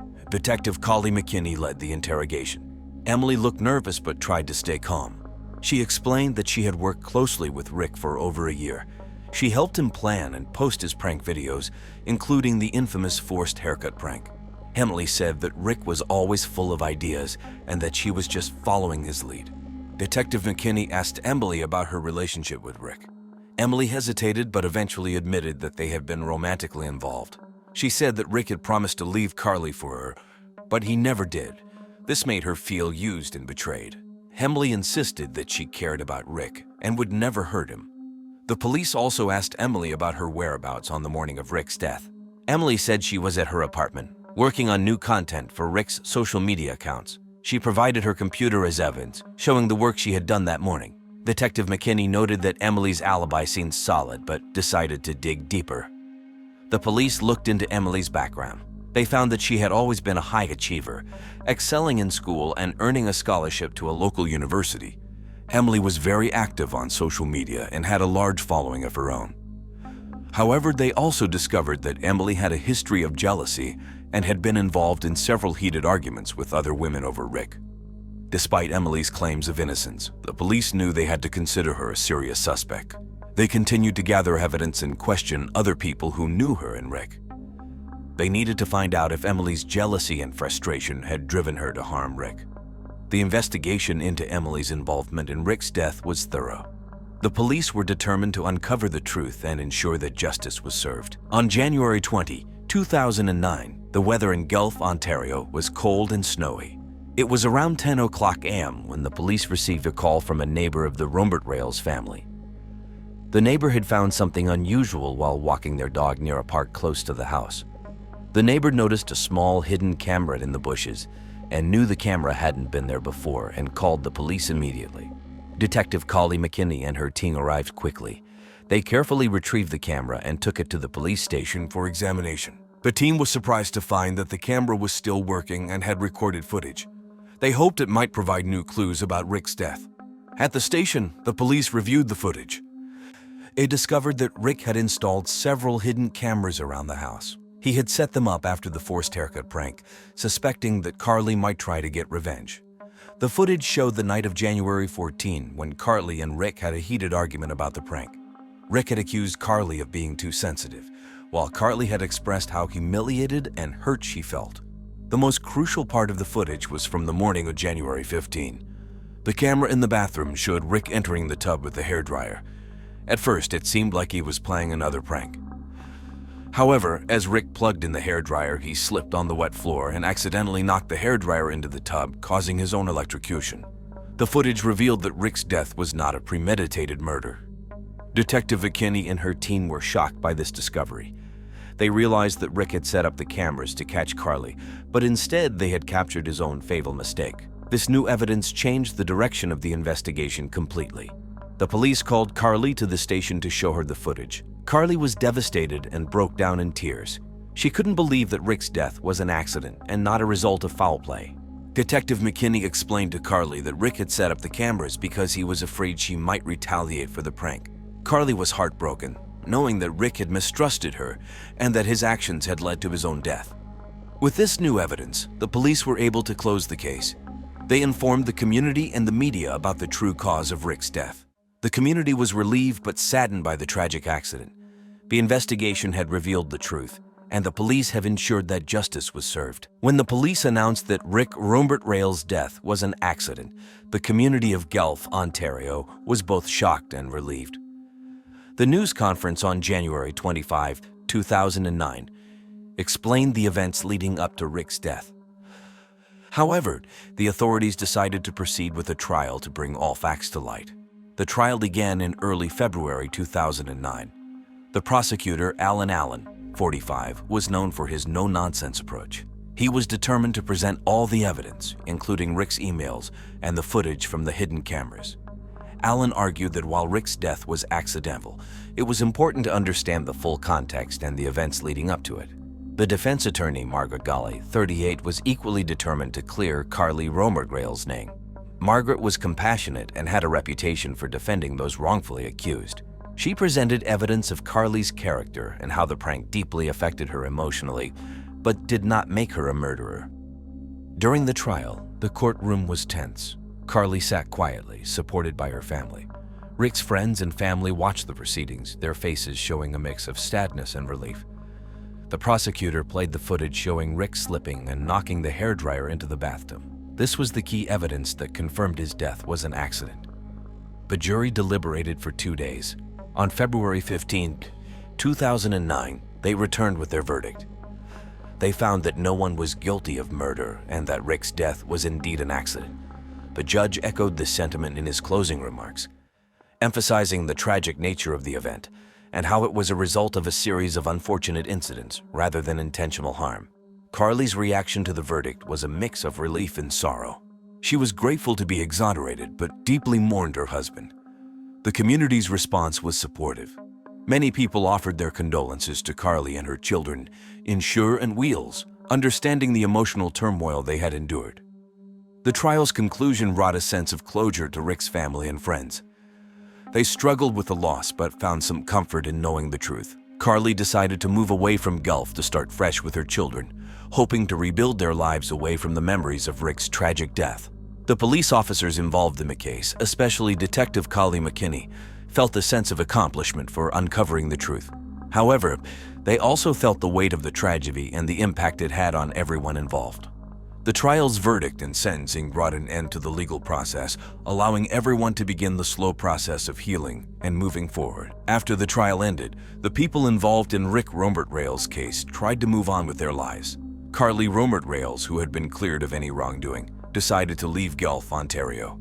She felt that starting fresh in a new place would be best for her and her children, Insure and Wheels.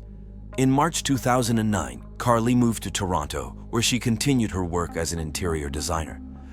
She focused on rebuilding her life and creating a stable environment for her kids. Mike Chetelvecchio, Rick's business partner, was also deeply affected by the events. After the trial, he took some time off to reflect and reconsider his future. By mid-2009, Mike decided to step away from the real estate business. He sold his shares and moved to Vancouver to start anew, focusing on a different career path. Mike wanted to leave behind the memories of the stressful partnership and the tragic loss of his friend. Emily Harris-Kang, the social media manager, found it hard to cope with the loss and the scandal surrounding Rick's death. She took a break from social media to focus on her mental health. By the end of 2009, Emily had decided to pursue further education, enrolling in a marketing program at a local university. She aimed to rebuild her career with a fresh perspective and new skills. Detective Collie McKinney and her team continued their work in the Guelph Police Department. The case had been a significant challenge for them, and solving it brought a sense of accomplishment. Detective McKinney was praised for her thorough investigation and dedication to uncovering the truth.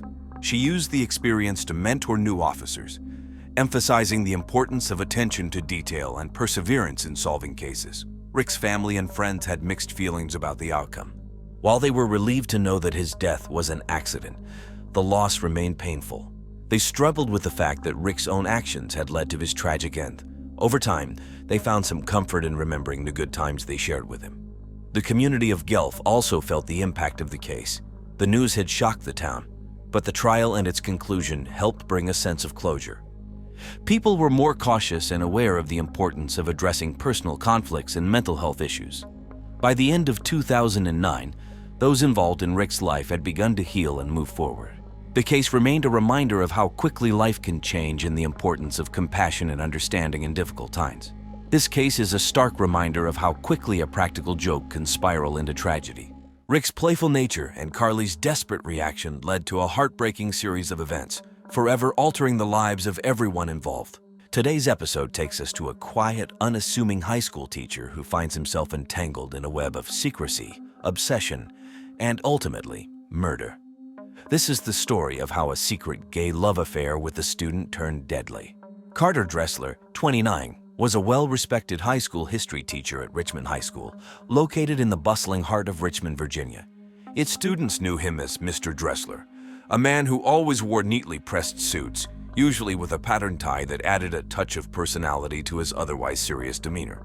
Carter was known for his quiet, reserved nature. He wasn't the type to speak out of turn or draw attention to himself, but those who knew him best described him as kind and thoughtful. Carter had a deep love for history, particularly American history, and he made it his mission to instill that passion in his students. He often invited students to his modest one-bedroom house for overnight study sessions that went above and beyond the regular school curriculum, much to the concern of his neighbors that he was engaged in inappropriate relationships with his students. Carter's garden was his pride and joy, filled with a variety of rare and exotic plants, many of which he had cultivated over the years. Among them was the monkswood, a strikingly beautiful but deadly plant known for its deep purple flowers. Carter took great care of his garden, often spending hours each day tending to the plants. He was particularly proud of the monkswood, which he had grown from seeds he ordered from a specialized nursery. Despite the rumors that swirled around his relationships with the students, Carter was well-liked by both students and colleagues. His lessons were engaging, and he had a way of making history come alive, often incorporating current events into his teaching. In the days leading up to his death, Carter's behavior was much the same as usual. He continued to teach his classes, tend to his garden, and spend his evenings quietly reading or watching PBS NewsHour. However, there were hints of tension in his personal life that not everyone noticed. Some of his neighbors had seen him walking late at night with one of his students, Dan White, but they dismissed it as another of his mentoring sessions. No one could have imagined that just days later, Carter would be dead, the victim of a sinister plot that would shock the community. On the evening of July 15, 2017, Richmond, Virginia was enjoying a typical summer night, with the sun setting late and temperatures hovering around 80 degrees. The neighborhood where Carter Dressler lived was quiet, with most residents winding down after a long, hot day. Around 7:30 p.m., Lisa Hall, Carter's next-door neighbor, decided to check on him. Lisa was a single mother in her late 30s, known for being outspoken and a bit nosy, but she genuinely cared about her neighbors, especially Carter, whom she considered a close friend.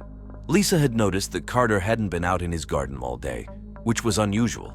He was usually outside by early morning, tending to his plants, especially on weekends. As she walked across her lawn, Lisa couldn't shake the feeling that something wasn't right. She knocked on Carter's front door, but there was no answer. The house seemed eerily still. Concerned, Lisa decided to check the backyard, where Carter often spent his evenings reading or working in the garden. As she rounded the corner of the house, she saw Carter sitting on his favorite porch chair, a book in his lap, and a cup of tea on the small table beside him. But something was off. Carter wasn't moving. His head was slumped forward, and the book he loved so much had fallen from his hands. Lisa's heart raced as she approached him, calling his name. When he didn't respond, she reached out to shake his shoulder, only to be met with the cold, stiff feeling of his skin. Panic set in, and she quickly realized that something was terribly wrong.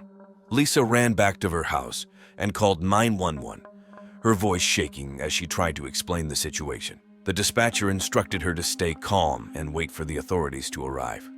Lisa stood on her porch, eyes fixed on Carter's lifeless body, as she waited for the police. She couldn't believe what was happening. Just the day before, she had seen Carter in his garden, smiling and waving as she drove past. Now he was dead, and she was the one who had found him. The first officers arrived within minutes, quickly securing the scene and confirming Lisa's worst fears. Carter Dressler was dead. The once peaceful evening had turned into a nightmare, and the quiet neighborhood was soon filled with the flashing lights of police cars and the murmurs of concerned neighbors. The police arrived at Carter Dressler's home shortly after Lisa Hall's frantic 911 call on July 15, 2017. The first officers on the scene were Richmond police detectives Laura Colley and Tom Keller. Colley, a seasoned investigator in her mid-40s, was known for her sharp intuition and meticulous attention to detail. Keller, slightly younger and more methodical, was her trusted partner. Both detectives had handled numerous cases in Richmond, but something about this one felt different from the moment they stepped onto the property. As they approached the back porch where Carter's body was found, Colley immediately noticed the eerie stillness of the scene. The garden, usually vibrant and full of life, seemed almost haunting in the fading evening light. The air was thick with the scent of flowers, but the sweet aroma did little to mask the unsettling presence of death. Carter's body sat unnaturally still in his chair, his head slumped forward and his eyes closed as if he had simply fallen asleep while reading. The detectives carefully surveyed the area, making note of the details. The book in Carter's lap was a history text, one of his favorites, open to a chapter about the American Revolution. Beside him on the small table was a cup of tea, now cold. Colley observed the tea more closely, noting the faint remnants of a powdery substance at the bottom of the cup. It was an immediate red flag, suggesting that something had been added to the tea. The crime scene itself was surprisingly tidy, with no signs of a struggle. There was no blood, no overturned furniture, nothing that indicated a violent altercation. This led the detectives to suspect that Carter's death might not have been an accident. Colley and Keller were aware of Carter's reputation as a reserved but well-liked teacher, making it hard to believe that anyone would want to harm him. But they also knew that the quietest lives often hid the darkest secrets. The detectives called in the forensic team, who quickly began their work, dusting for fingerprints and collecting samples. They took the teacup and its contents as evidence, as well as a few leaves from the monkshood plant in the garden, which Colley had identified as potentially poisonous. The forensic team also examined Carter's body, noting the signs of poisoning: pale skin, a bluish tint to the lips, and the characteristic rigidity of a body that had been dead for several hours. As the investigation continued into the night, Colley and Keller began piecing together what had happened. The lack of visible wounds and the presence of the poisonous plant led them to believe that Carter's death was the result of foul play, likely involving someone who knew him well enough to plan the murder carefully. With this in mind, the detectives prepared to question the people closest to Carter, starting with his neighbors and the students who frequently visited his home. The first person the police questioned in connection with Carter Dressler's death was Dan White, an 18-year-old student at Richmond High School. Dan was known for his charm and intelligence, often dazzling teachers and classmates with his sharp wit. He was a star on the school's debate team, frequently leading them to victory in competitions across Virginia. Despite his success, those close to him knew Dan had a darker side. He was highly possessive, especially in his sexual relationships, where rumors swirled he was interested in violent sex and could be obsessive to the point of controlling. Detectives Laura Colvey and Tom Keller brought Dan in for questioning the morning after Carter's body was discovered. They met him in a small, windowless interrogation room at the Richmond Police Department. Dan arrived looking calm, almost indifferent, wearing a neatly pressed polo shirt and jeans. His demeanor was relaxed, as if he had nothing to hide. Colley started the interrogation by asking Dan about his relationship with Carter. Dan admitted they were close, describing Carter as a mentor who had helped him through many difficult times. He said they often spent time together outside of school discussing history and preparing for upcoming debate competitions. Dan spoke fondly of Carter, painting a picture of a supportive, almost fatherly figure in his life. But as the questioning continued, Colley shifted the focus to Dan's whereabouts on the night of Carter's death. Dan claimed he had been home all evening, working on a new debate strategy for an upcoming tournament. He said he hadn't seen Carter for a few days and was shocked to hear about his death. However, Colley noticed a slight change in his demeanor when she asked about Carter's other students, particularly those who also visited his one-bedroom home for overnight study sessions. Dan's answers became more clipped, and his previously relaxed posture grew tense. The detectives pressed Dan on his feelings toward Carter, subtly hinting at the possibility of jealousy. Dan's responses became more defensive, and at one point he raised his voice, insisting he had nothing to do with Carter's death. Keller, observing Dan's body language, noted the sudden shift from calm to agitated, a sign that Dan might be hiding something. When asked directly if he had ever been jealous of Carter's close relationships with other students, Dan hesitated before giving a firm no. But the hesitation didn't go unnoticed. Colley and Keller exchanged a glance, realizing they had touched a nerve. Despite his outward calm, Dan's reaction suggested there might be more to his relationship with Carter than he was willing to admit. As the interrogation ended, Dan maintained his innocence, but the detectives left the room with more questions than answers. They knew Dan's charm and intelligence made him a skilled manipulator, and his connection to Carter was deeper and more complex than he was letting on. The possibility that Dan's obsession with Carter had turned deadly couldn't be ignored. Next, the police turned their attention to Lisa Hall, Carter Dressler's 38-year-old neighbor. Lisa was known in the Richmond neighborhood for her outspoken nature and fiery temper.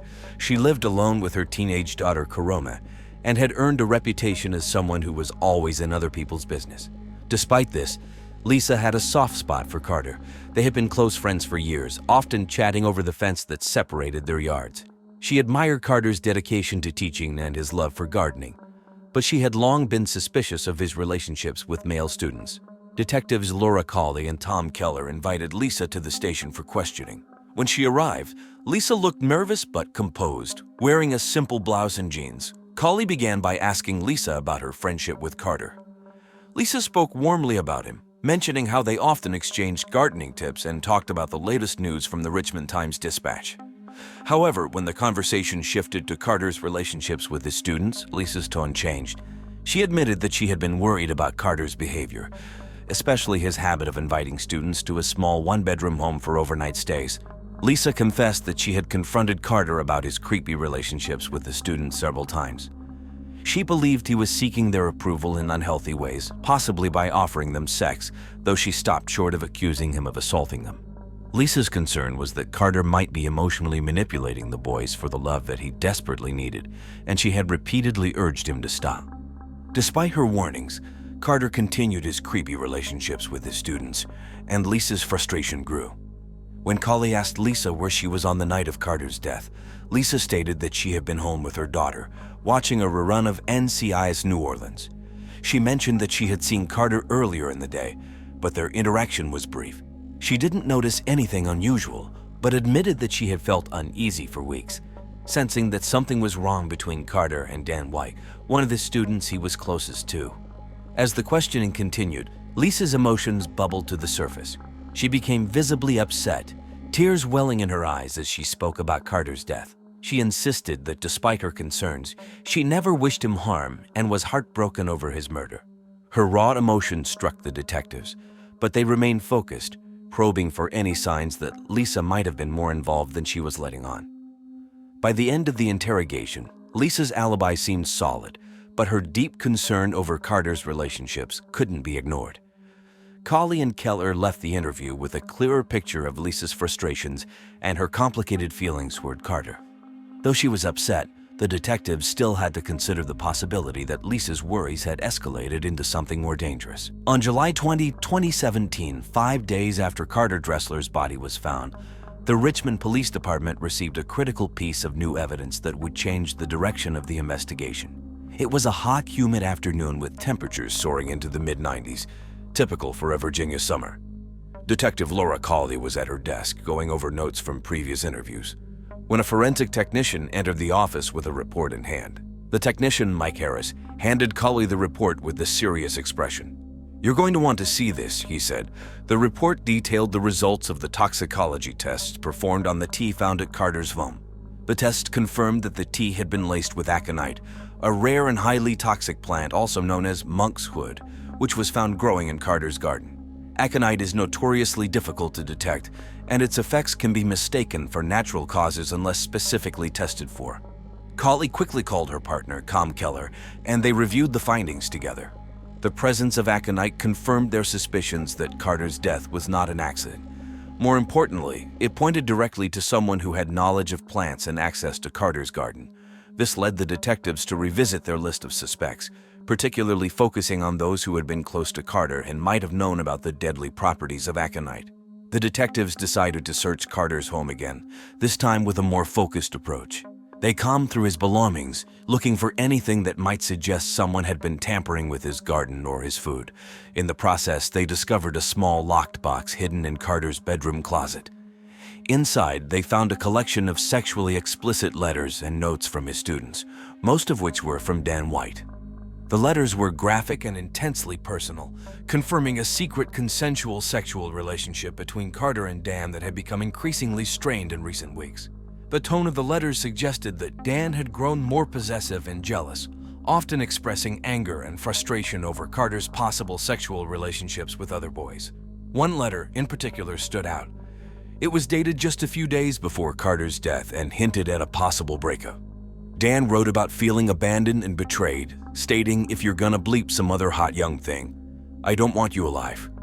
This discovery shifted the investigation's focus sharply back to Dan White. The new evidence not only confirmed a motive, but also placed Dan at the center of the investigation. Colley and Keller knew they needed to bring Dan back in for questioning, this time with the new evidence in hand.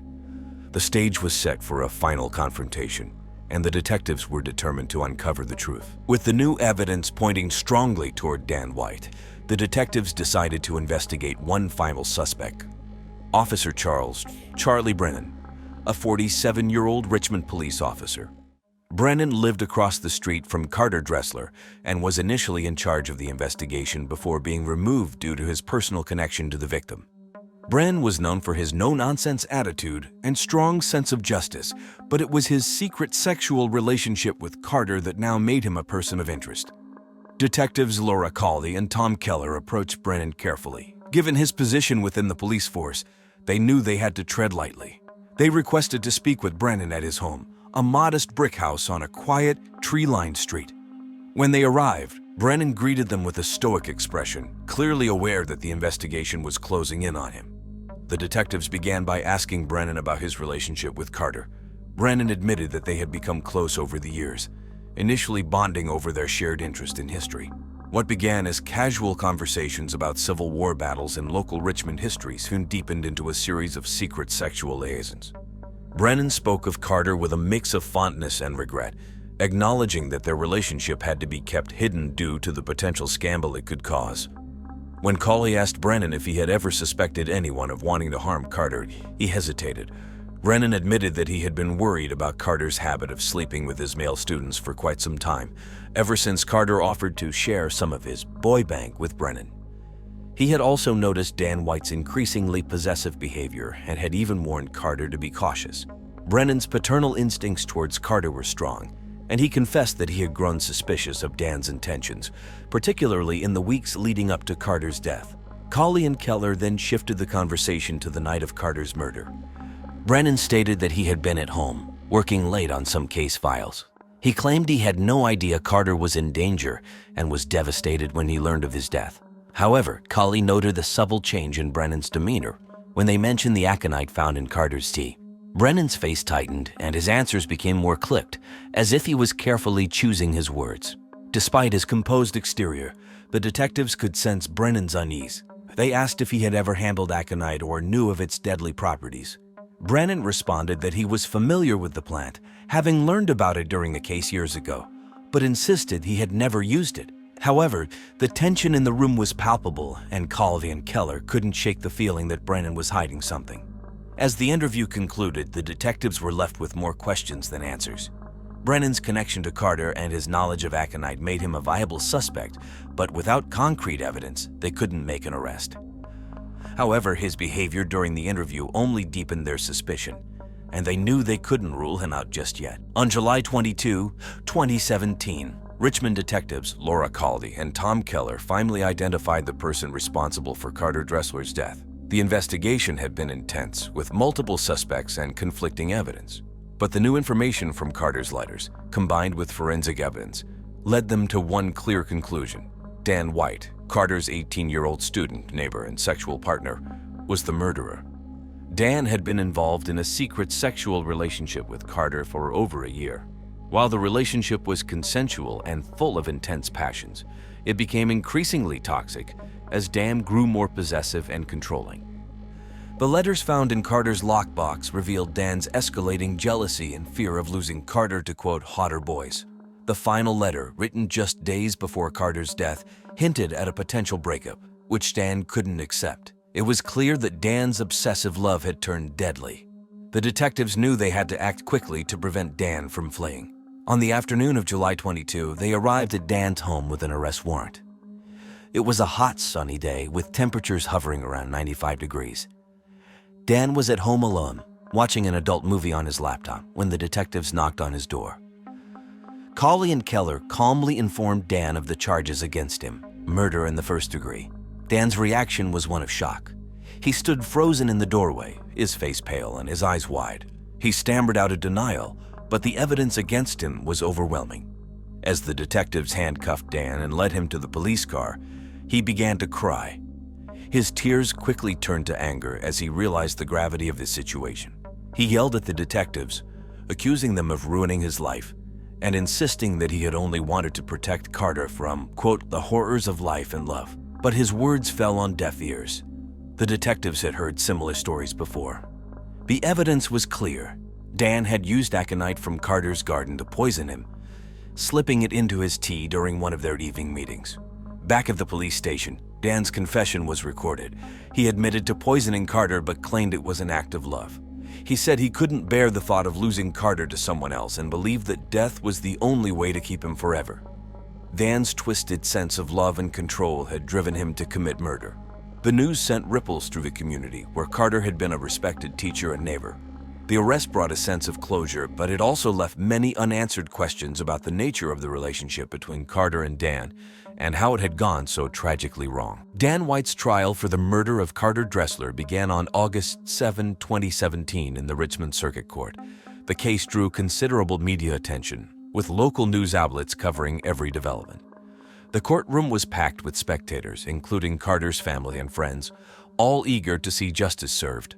The prosecution was led by Assistant Commonwealth Attorney Rebecca Owens, a 45-year-old lawyer known for her dedication and sharp legal mind. Owens presented a compelling case against Dan. She highlighted the evidence, including the letters from Carter's lockbox and the toxicology report confirming the presence of aconite in Carter's tea. Owens argued that Dan's obsession and jealousy were the driving forces behind the murder. She described how Dan had poisoned Carter in a final act of control and rage, emphasizing the premeditated nature of the crime. In his defense, Dan was represented by Desmond J. Carter, a 42-year-old attorney with a reputation for handling difficult cases. Carter argued that Dan had not intended to kill Carter, but was driven to a breaking point by emotional turmoil. He portrayed Dan as a troubled young man who had acted out of a distorted sense of love. The defense's strategy was to mitigate Dan's responsibility, suggesting that his actions were the result of an emotional breakdown rather than cold-blooded murder. Throughout the trial, Carter's family sat in the front row, their faces a mix of grief and disbelief. They listened as the details of Carter's relationship with Dan were laid bare. Emotions ran high as Carter's family members took the stand, describing the impact of his death on their lives and the community. Their testimony painted a picture of Carter as a kind and dedicated teacher who was deeply loved and respected. On August 15, 2017, after a week of intense arguments and emotional testimony, the jury returned with a verdict. Dan White was found guilty of first-degree murder. The decision came as a relief to Carter's family, who had been waiting for this moment with bated breath. During sentencing on August 22, Dan was given a life sentence without the possibility of parole. The judge, noting the premeditated nature of the crime and the suffering inflicted on Carter's family, felt this sentence was appropriate. The courtroom was filled with a sense of grim satisfaction. While the sentence could never bring Carter back, it provided a measure of justice and closure for those he left behind. The trial had a profound effect on the community. Richmond was shaken by the revelation of the secret relationship and the murder that followed. Carter's students and neighbors mourned the loss of a beloved figure while grappling with the shock of the crime. The case served as a stark reminder of the dark side of human relationships and the devastating consequences of unchecked jealousy and obsession. After Dan White's sentencing on August 22, 2017, the community of Richmond began to pick up the pieces from the shocking events. The trial had left a lasting impact on everyone involved, from Carter Dressler's family to his students and the local community.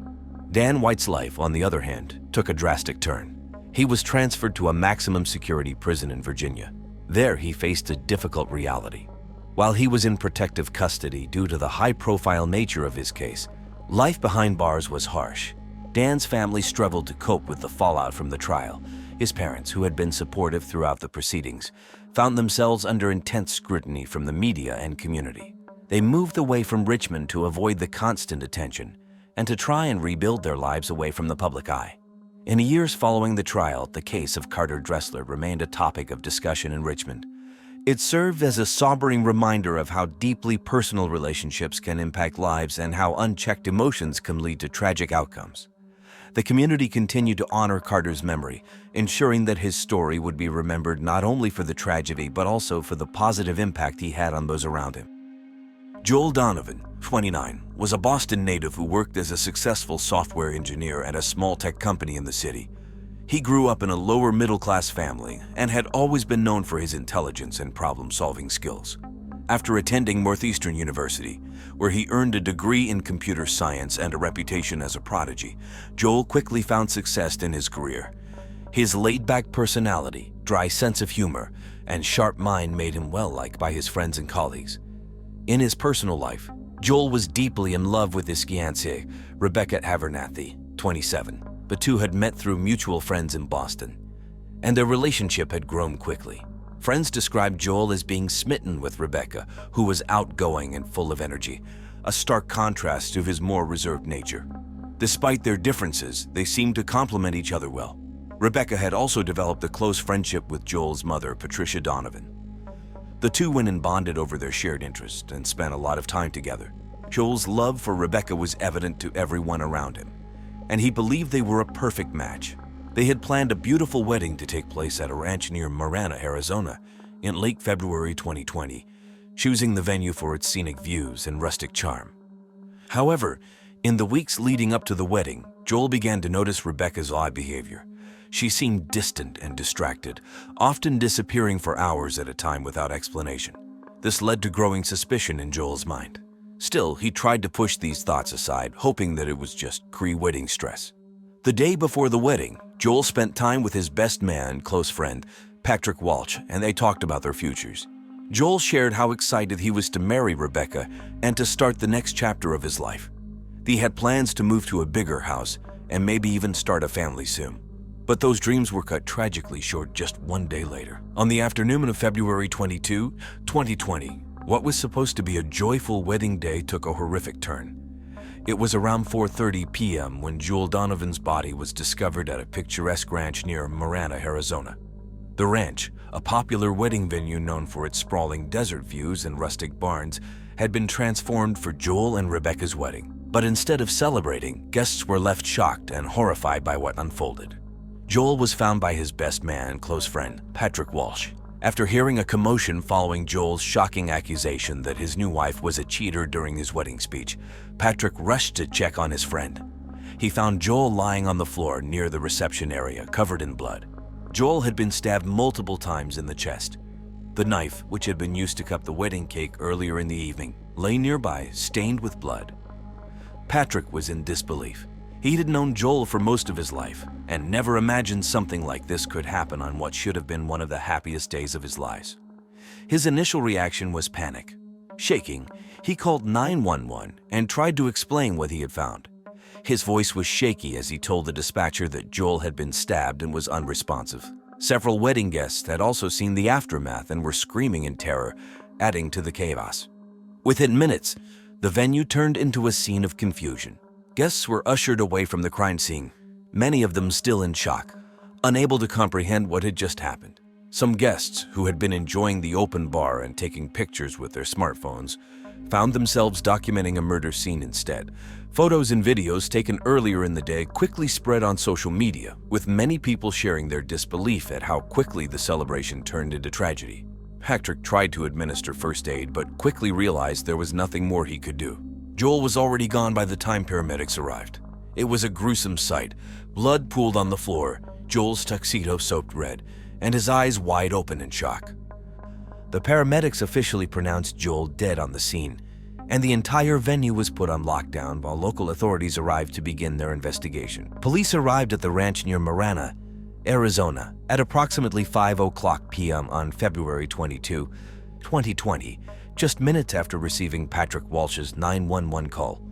Leading the investigation was Detective Martina Morales, a seasoned investigator with the Pima County Sheriff's Department.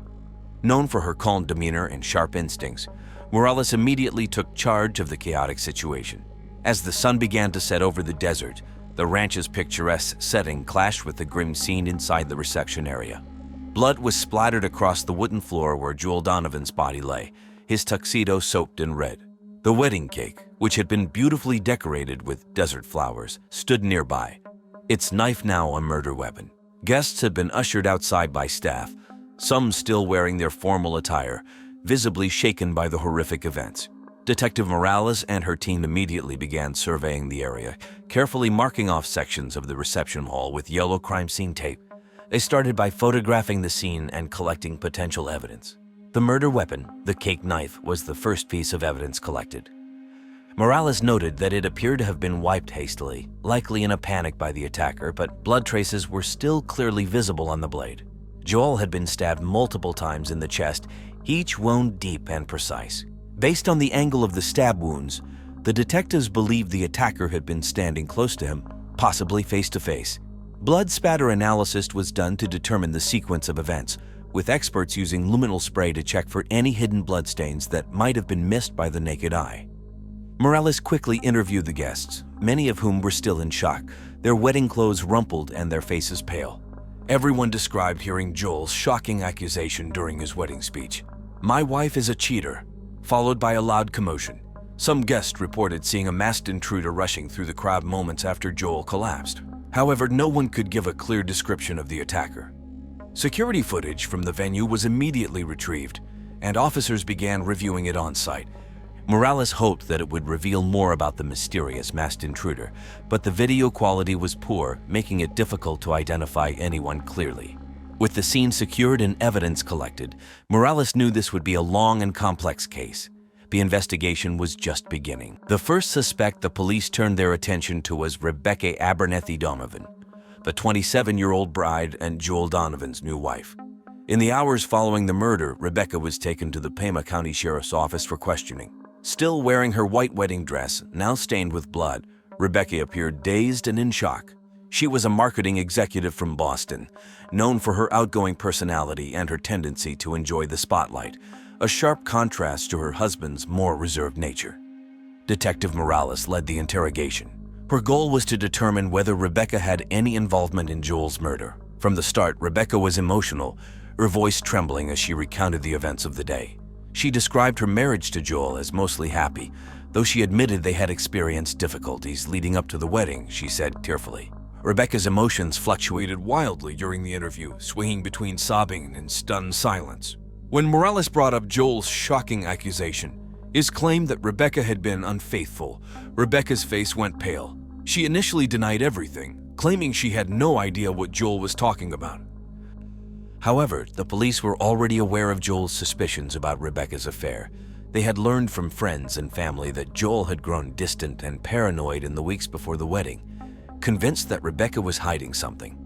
Under further questioning, Rebecca's calm began to crack. Her responses became evasive, and she grew defensive when pressed about the affair. Morales noted that Rebecca's emotions seemed exaggerated at times, raising suspicions about whether she was hiding something. However, despite her suspicious behavior, Rebecca denied any involvement in Joel's murder. She insisted that she had been frozen in shock when Joel was attacked and had no idea who the masked intruder was. Rebecca's secret affair, it turned out, wasn't just with anyone. It was with another woman. The revelation of this affair added a complicated twist to the case. Joel had apparently caught Rebecca sending sexually explicit texts just hours before the ceremony, and his accusation during the wedding speech had been his way of exposing her. Although Rebecca's affair was a clear motive for tension between her and Joel, there was no direct evidence linking her to the murder. She was released after several hours of questioning, but remained under close surveillance as the investigation continued. The investigation took a dramatic turn on the morning of February 23, 2020, the day after Joel Donovan's murder.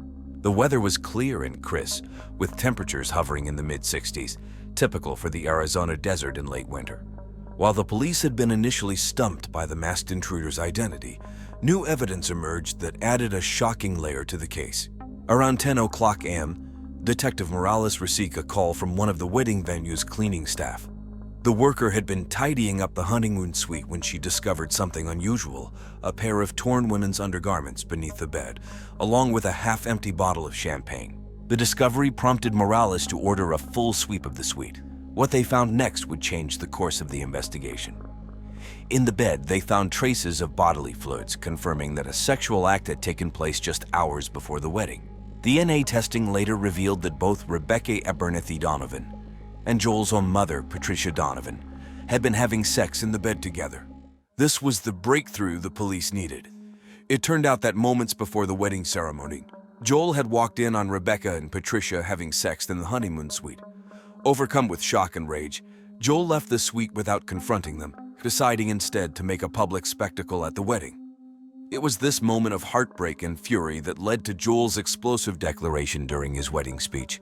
"My wife is a cheater." He had been planning to expose both his mother and his bride in front of all the guests. According to interviews with friends and family, Joel had been suspicious of Rebecca's behavior for weeks, but had never expected to catch her in such a betrayal with his own mother.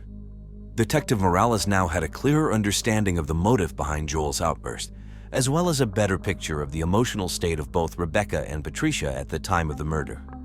The affair was a secret that neither woman wanted to come to light, and Joel's exposure of their relationship had shattered the facade they built. With this new evidence, Morales shifted her focus back to Rebecca and Patricia. The wedding day betrayal had set the stage for the murder, and it was becoming clear that the motive was deeply personal. Now, Morales needed to determine whether it was Rebecca, Patricia, or someone else who had taken the ultimate step to silence Joel forever. After uncovering the shocking affair between Rebecca Abernethy Donovan and Patricia Donovan, the police turned their attention to Joel's mother, Patricia, as the second key suspect. At 61 years old, Patricia was a well-known figure in her small town outside Boston, where she owned a popular diner, Donovan's Diner, which had been featured in a 2018 Boston Globe article for its classic comfort food. Despite her public reputation as a hardworking businesswoman and a devoted single mother, Patricia had a secret life that few knew about. For nearly 4 months, Patricia had been involved in a sexual affair with Rebecca, her son's fiancée. The affair had started innocently enough, with Rebecca confiding in Patricia about her cold feet as the wedding approached.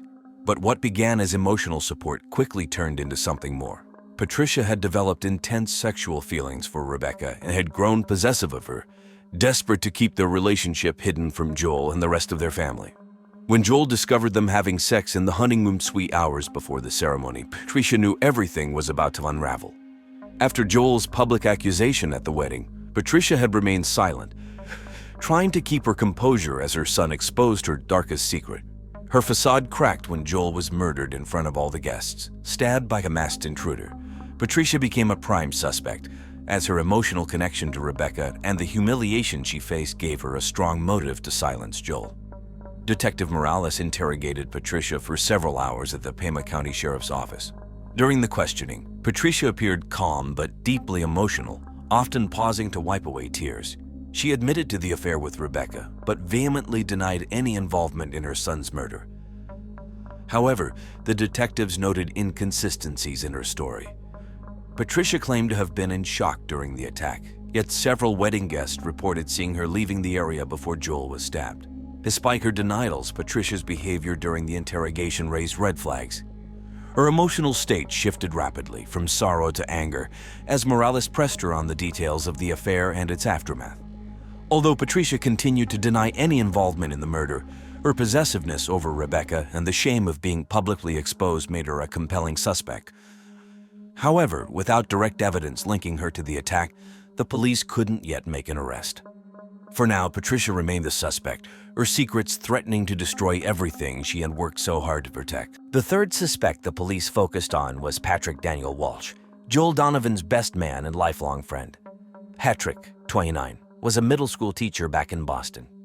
Known for his outgoing personality and laid-back attitude, he was a fixture in Joel's life since they were kids. They'd grown up together, attended college at the same time, and shared a close bond. Patrick had always been seen as a bit of a womanizer, often dating multiple women at once, but no one ever expected him to be tied to such a brutal crime. At the wedding, Patrick had stood just a few feet away from Joel during the shocking outburst where Joel accused Rebecca of cheating. Patrick had been one of the first people to rush to Joel's side after the stabbing, shouting for someone to call 911. Despite his apparent distress, the police couldn't overlook the fact that Patrick had been very close to both Joel and Rebecca in the months leading up to the wedding, and there were rumors he knew about an affair long before the ceremony. It was later revealed that Patrick had actually discovered Rebecca's affair with Patricia Donovan weeks before the wedding, but had kept it quiet. According to testimony from other family friends, Patrick had seen Rebecca sneaking around with Patricia during wedding planning trips but chose not to tell Joel. The reason? Patrick had been secretly sexually involved with Rebecca too. Their brief fling had started after a late-night conversation over drinks during one of those wedding planning weekends. Patrick had hoped it would continue, But Rebecca had ended it quickly, telling him she was committed to marrying Joel. Detectives questioned Patrick in the days following the murder. He appeared visibly shaken but cooperative. When asked why he hadn't come forward with the affair sooner, Patrick admitted he didn't want to hurt his friend. But the police couldn't ignore the possibility that Patrick's silence and close relationship with both Joel and Rebecca might have given him a motive. While Patrick's involvement in the affair added another layer of complexity to the case, there was no physical evidence linking him to the murder scene. Still, his proximity to the crime and his relationship with both the bride and the victim kept him firmly on the list of suspects. It wasn't until the police took a closer look at the chaos unfolding at the Donovan wedding that they began to piece together the truth. The murder investigation had already examined Rebecca, Joel's bride, and Patrick, the best man, as suspects. But as more guests were interviewed, attention shifted to someone who, at first, seemed like an unlikely culprit: Joel's own mother, Patricia Donovan. Patricia Donovan, 61, had built a reputation in Boston as a successful diner owner. She was well known for her strong work ethic and no-nonsense attitude, but underneath that polished exterior, Patricia had been hiding a secret affair with her son's fiancée, Rebecca. The affair had been going on for months, and Joel discovered the shocking truth just hours before the wedding. According to a close friend of the couple, Joel had walked in on Rebecca and Patricia having sex in the bed of their honeymoon suite moments before the ceremony. Overwhelmed with heartbreak and anger, Joel decided to expose their affair during his wedding speech. In front of the entire crowd, he screamed, "My wife's a cheater," bringing their secret out into the open. This public humiliation was too much for Patricia. As she stood there, reeling from the shock of being exposed by her own son, Patricia snapped. Overcome with a mixture of rage and desperation, she changed into a hoodie and jeans before grabbing a knife from the nearby wedding cake table. In a blind fury, she stabbed Joel multiple times in the chest. Guests watched in horror, unable to comprehend how the joyous occasion had turned so violently tragic. Investigators had initially suspected Rebecca, but as they combed through witness statements and pieced together the timeline of events, they realized Patricia's behavior was more suspicious. Surveillance footage from the venue showed Patricia acting nervously in the moments leading up to the stabbing, and multiple guests reported seeing her approach Joel just before the attack.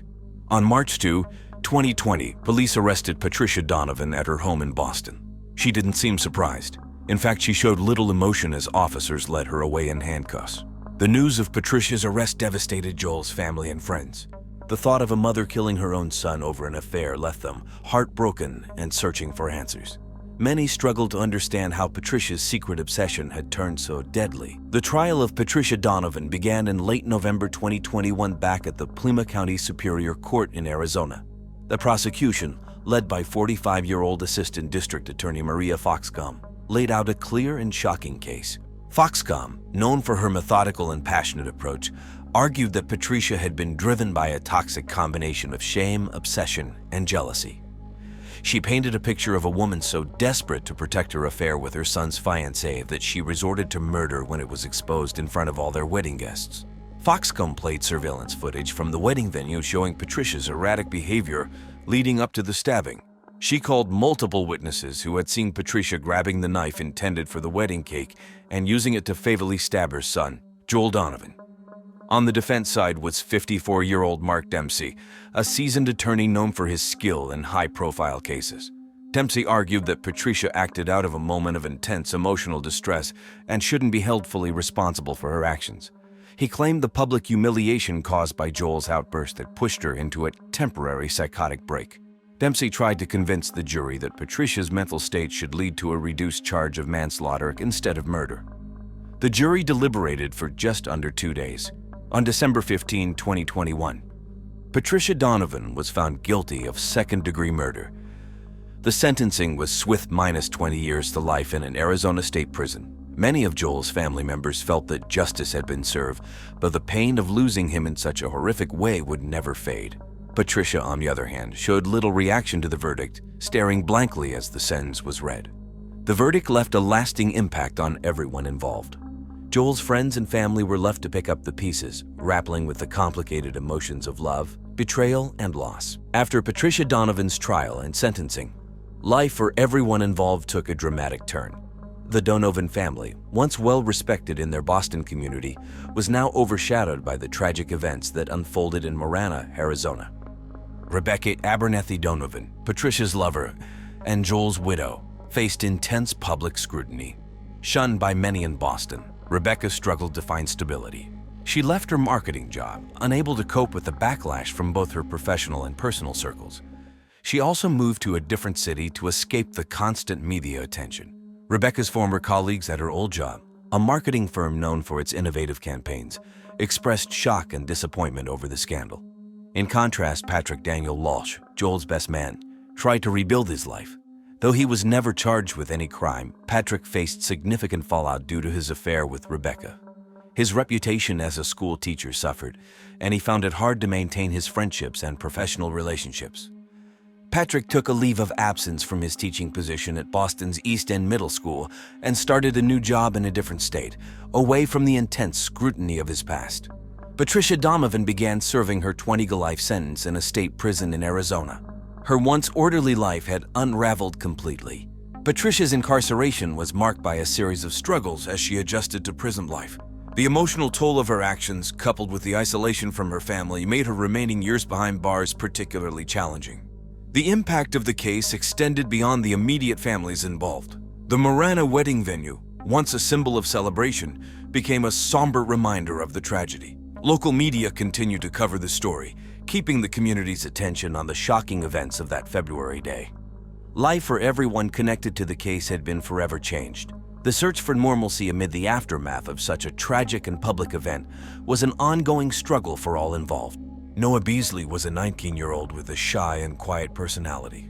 Born and raised in the small town of Cottonwood, Arizona, Noah had just graduated from high school in May 2021, where he was known as the shy kid who always carried a guitar on his back.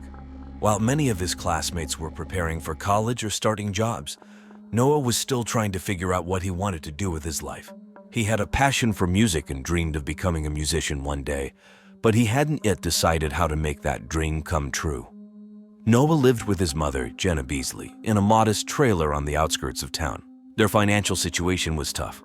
Jenna was a single mother who had struggled to make ends meet for most of Noah's life, especially after losing her job due to the economic downturn caused by the pandemic. The stress of their financial difficulties weighed heavily on Noah. He often felt responsible for helping his mother, who was deeply in debt. Despite his quiet nature, Noah had a kind heart. He was the type of person who would go out of his way to help others, even when he was struggling himself.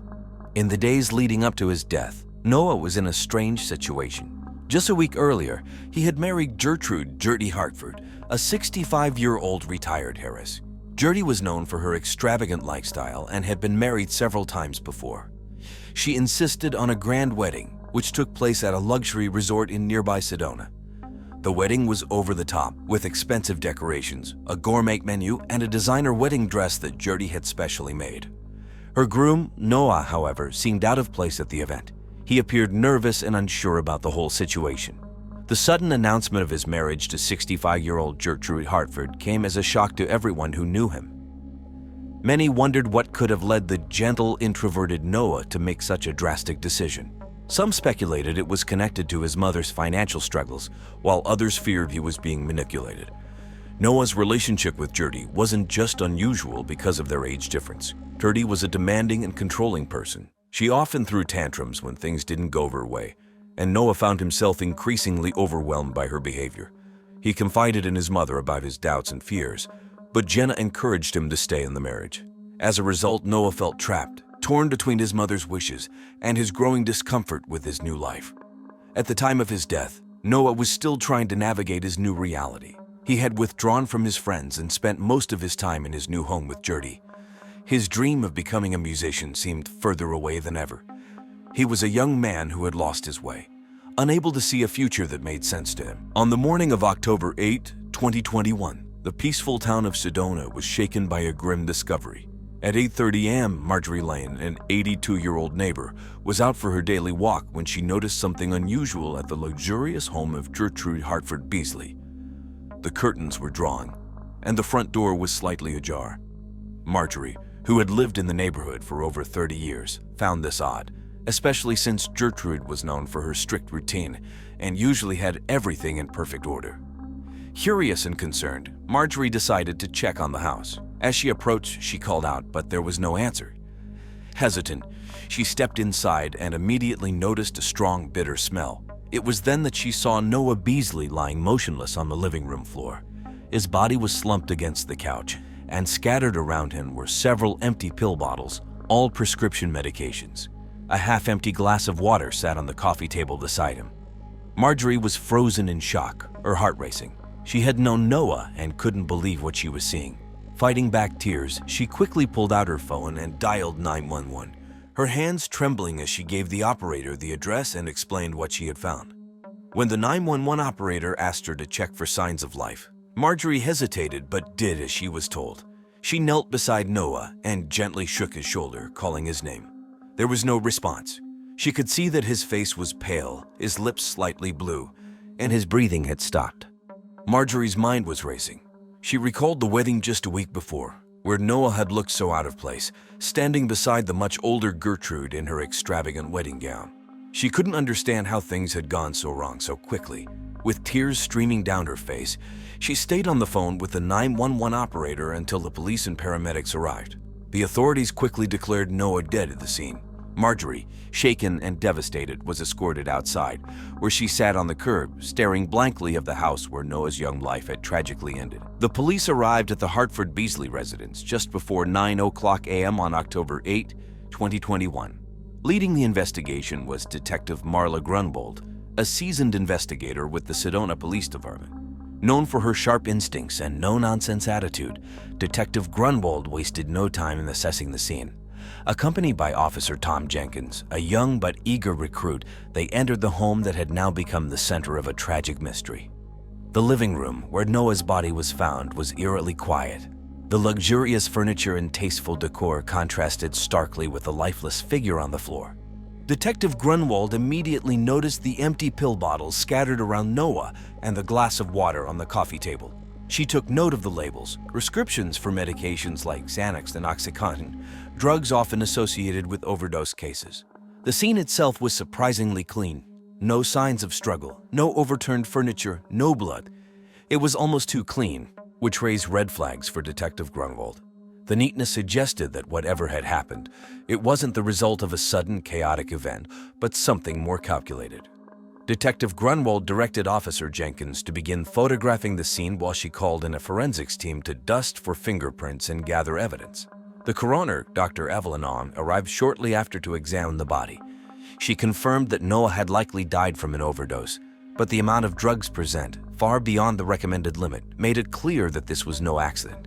As they continued their investigation, Detective Grunwald's eyes were drawn to a small detail, a wedding photo of Noah and Gertrude on the mantel.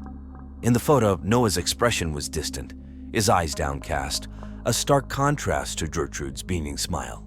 It was a subtle but telling sign that all was not well in this newlywed household. The forensics team carefully collected the pill bottles, the glass of water, and any other potential evidence. They also noted a faint smell of perfume in the air, a scent Detective Grunwald recognized as something Gertrude was known for, a signature fragrance from an upscale brand, Channel Number 5. By the time they finished, Detective Grunwald had a growing sense that this was more than just an overdose. The evidence pointed to foul play, and the investigation was only just beginning. As the investigation into Noah Beasley's death deepened, the police turned their attention to the most obvious suspect, Gertrude "Gertie" Hartford Beasley, Noah's 65-year-old wife. Gertie was a well-known figure in Sedona, infamous for her extravagant lifestyle and commanding personality. Born into wealth, Gertie had been married multiple times, each union ending in a bitter divorce. Gertie was obsessed with staying youthful and was legendary for her tantrums when things didn't go her way. Her reputation as a Bridezilla was well-earned, as she demanded nothing but perfection from everyone around her. When Detective Marla Grunwald and Officer Tom Jenkins arrived at Gertie's home later that afternoon, they found her lounging by the pool, just a few feet from where her husband died, sipping on a mimosa and flipping through the latest issue of Vogue. Despite the tragic circumstances, Gertie seemed unnervingly calm.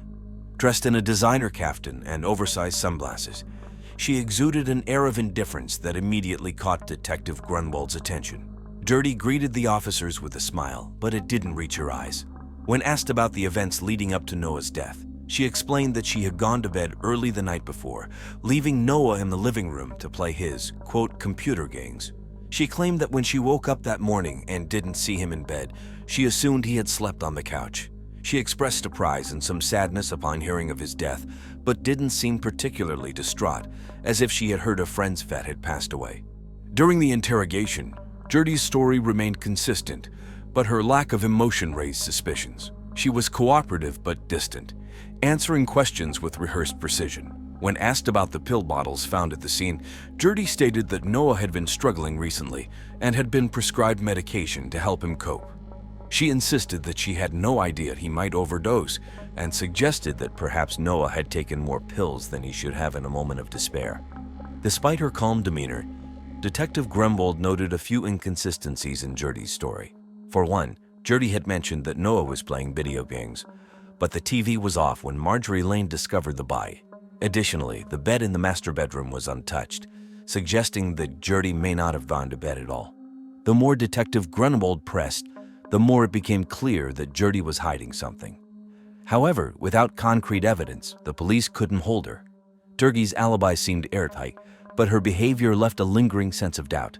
As the interrogation concluded, Detective Grunwald couldn't shake the feeling that this glamorous, poised woman was more involved in Noah's death than she let on. With Gertrude Hartford Beasley remaining a person of interest, the police turned their attention to the second suspect, Jenna Beasley, Noah's mother.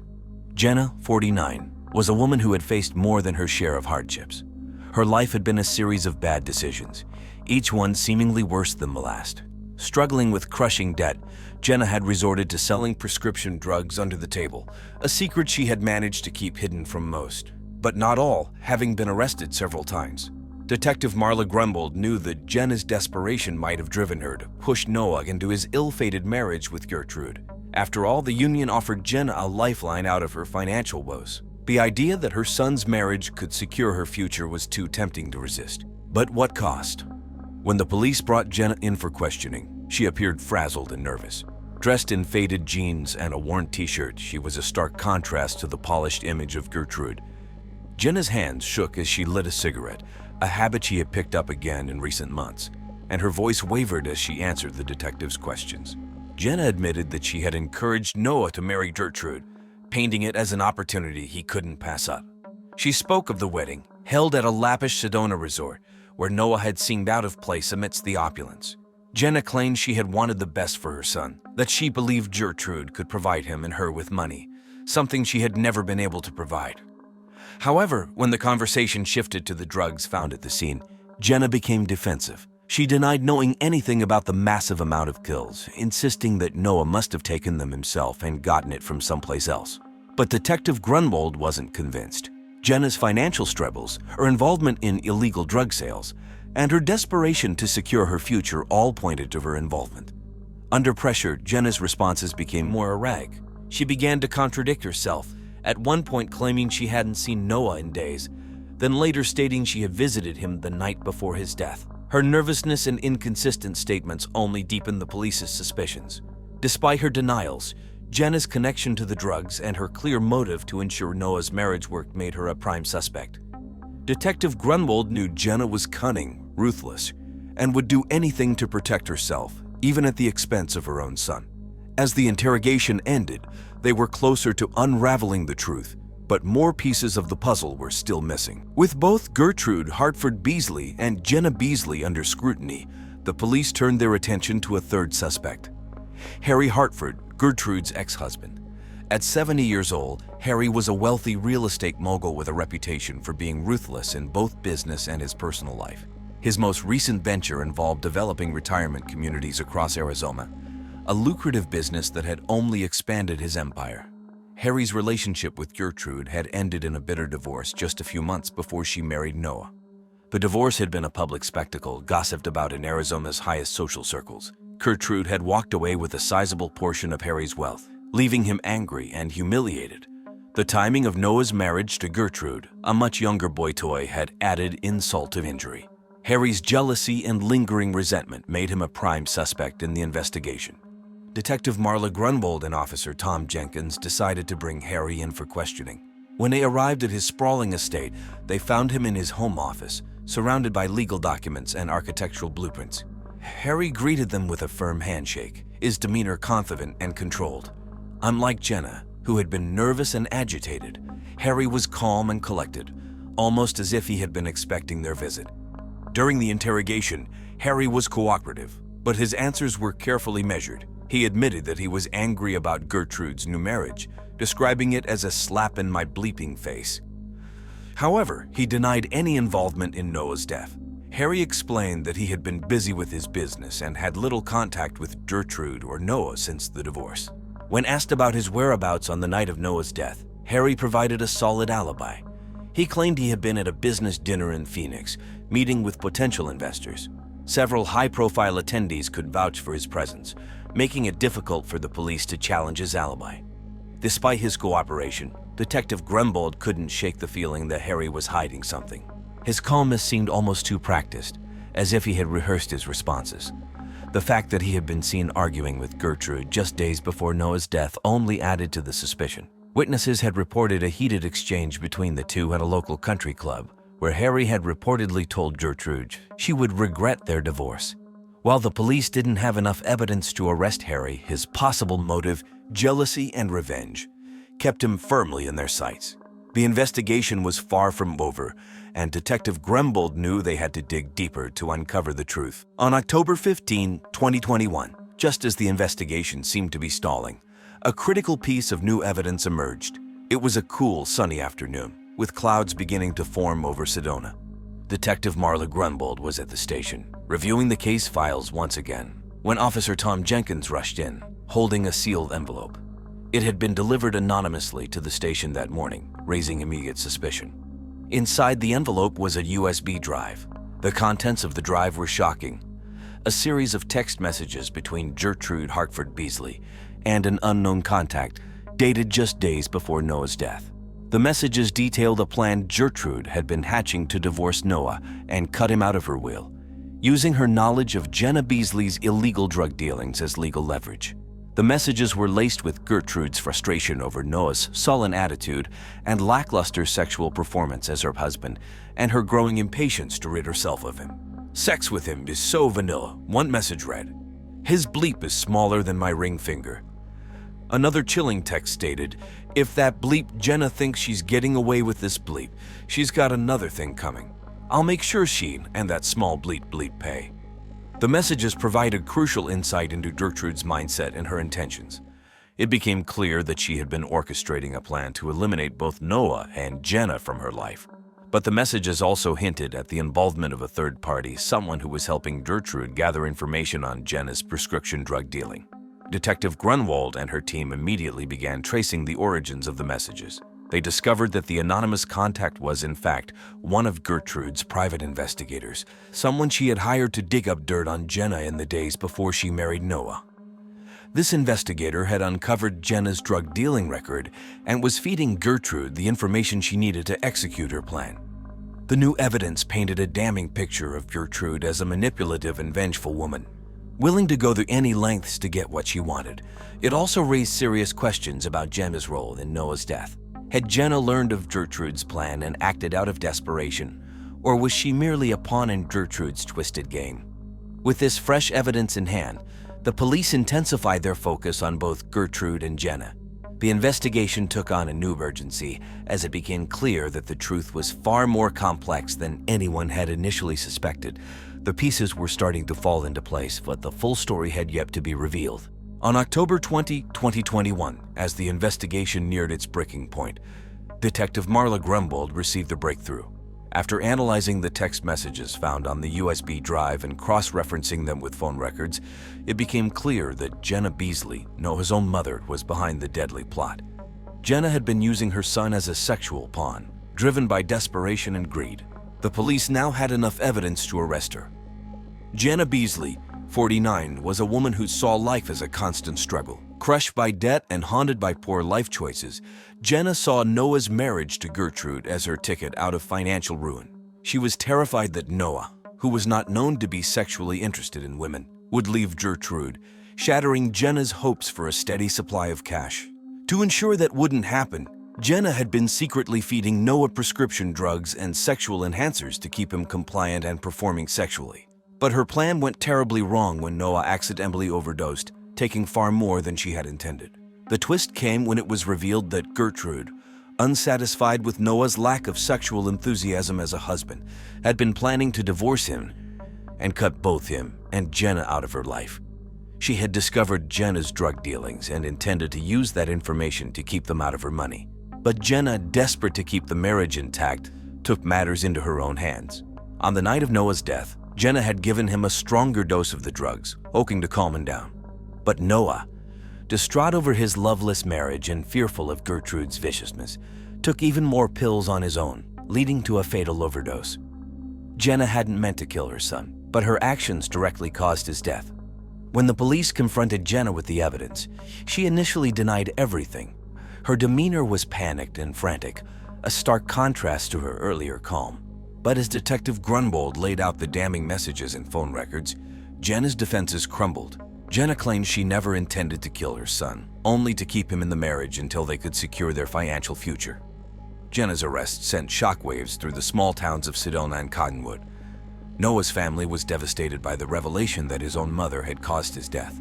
The community, already shaken by the bizarre circumstances of the marriage, was now grappling with the tragic reality that greed and desperation had led to such a senseless loss.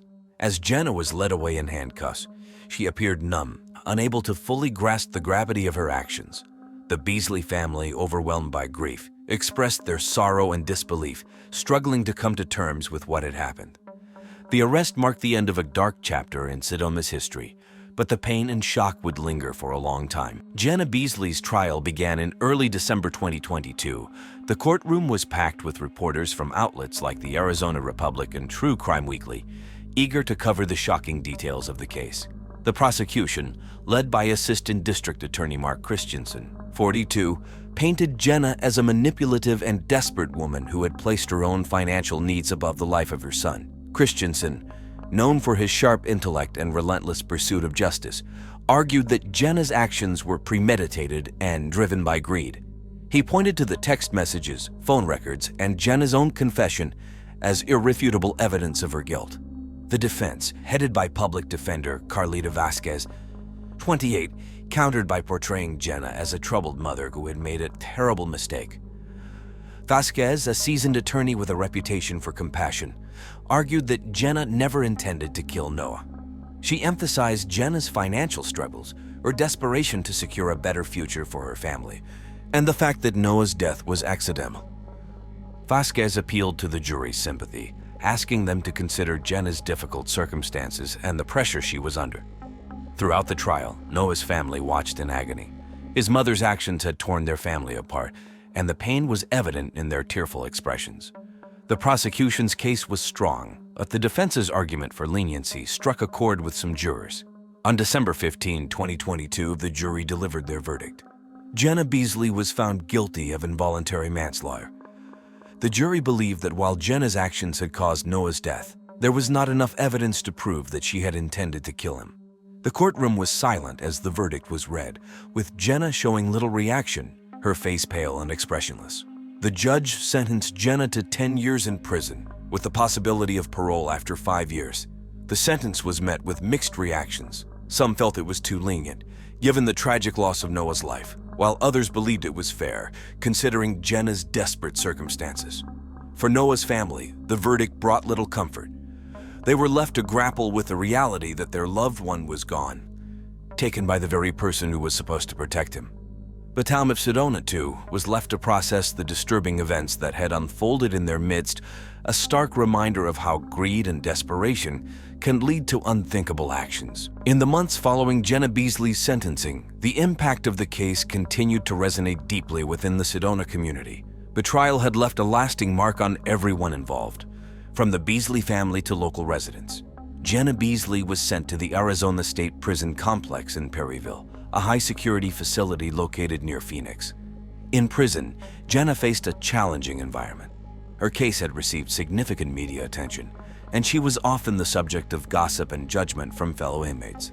The prison system offered her limited opportunities for rehabilitation and support, leaving her to reflect on the tragic consequences of her actions. Jenna spent her time participating in prison programs aimed at addressing substance abuse and mental health issues, hoping to find some sense of redemption and prepare for her eventual release. Despite the turmoil, life in Sedona gradually returned to normal. The town held a memorial for Noah at a local park, attended by friends, family, and residents who wished to honor his memory. The event featured live music and speeches celebrating Noah's life and dreams. It was a somber reminder of the young man whose life was cut short, and it offered the community a chance to come together and support one another. As for the media, coverage of the case eventually faded, making way for new stories and developments. However, the impact of Noah's death and the subsequent trial continued to serve as a poignant reminder of the consequences of desperation and greed, affecting everyone who had been touched by the tragic events of October 2021. Martha Umbrell was a 46-year-old woman who lived in Franklin, Tennessee. She worked as a librarian at the local high school, Franklin High. Martha was well loved by students and teachers. She always had a warm smile and loved helping students find books that they would enjoy. Martha was passionate about reading and wanted everyone to love books as much as she did. Martha also enjoyed gardening. On weekends, she spent hours tending to her flower beds. Her garden was full of colorful flowers that brightened up her home. Besides books and gardening, Martha's greatest love was her family. She had 3 children, 17-year-old Jace, and 8-year-old twins named Cricket and Boost. Martha was a devoted mother who always put her children first. She made sure they had everything they needed and often helped them with their homework. Martha's husband, Thomas J. Umbrell, was an insurance agent. Though Thomas was often busy with work, he and Martha always made time for family. They often had family dinners and loved watching movies together. In May 2005, Martha was busy planning a summer vacation for her family. They talked about visiting Disney World, which made the kids very excited. At Franklin High School, Martha was preparing for the end of the school year. She helped students return their books and talked to them about summer reading plans. Martha organized a book fair to encourage students to read over the summer. Her colleagues admired her dedication and hard work. Martha's friends described her as kind and caring. She always made time to listen to others and offered help. She was a person who brought people together. Her home was often a gathering place for friends and neighbors. Martha loved hosting barbecues and garden parties where she served homemade dishes and shared gardening tips. Just days before her death, Martha was happy and excited about the future. She talked about planting new flowers in her garden and planning her family's trip to Disney World in the summer. Her tragic death shocked everyone who knew her, leaving a void in the community that loved her so much. On May 18, 2005, the weather in Franklin, Tennessee was clear and cool, the perfect weather for some time outdoors. Around 7:30 a.m., Thomas J. Umbrell, Martha's husband, reported her missing. Martha had not come home from work the previous day. Thomas was worried because it was not like her to disappear without saying anything. Later that afternoon, Ryan Jenkins, a local hiker, decided to take a walk in the nearby park, Franklin Park. It was a popular spot for people to enjoy nature, with many trails and picnic areas. As Ryan was walking along a secluded trail, he noticed something unusual. He saw a shape lying in the bushes off the path. Curious and a bit worried, he went closer to see what it was. To his horror, Ryan realized it was a naked woman's body. He quickly recognized her from the local news as Martha Umbrell, the missing librarian. Ryan was shocked and scared. His hands trembled as he pulled out his cell phone to call 911. He told the operator what he had found and waited there, trying to stay calm until the police arrived. The community was shocked by the news of Martha's death. It was reported on local TV channels like WKRN and in newspapers like the Tennessean. People were scared and heartbroken, as Martha was a well-loved member of the community. As the news spread, more details emerged about the investigation, but the exact cause of Martha's death remained unclear at that point. Everyone waited anxiously for more information from the police. When the police arrived at the crime scene in Franklin Park, it was around 2:00 p.m. on May 18, 2005. Detective Sarah Owens and Officer Mark Davis, known for their careful and thorough work, led the investigation. They carefully approached the area where naked Martha's body was found. The scene was incredibly disturbing. Martha's body showed signs of a violent attack. Detective Owens noted the blood around Martha's body and the severe injuries. It was clear that she had been beaten with a blunt object. Parts of her body were also missing, which was strange and alarming. The officers initially thought she might have been attacked by a wild animal after her death. Ryan Jenkins, a hiker who found Martha, was visibly shaken. He told the police everything he had seen and done since discovering the body.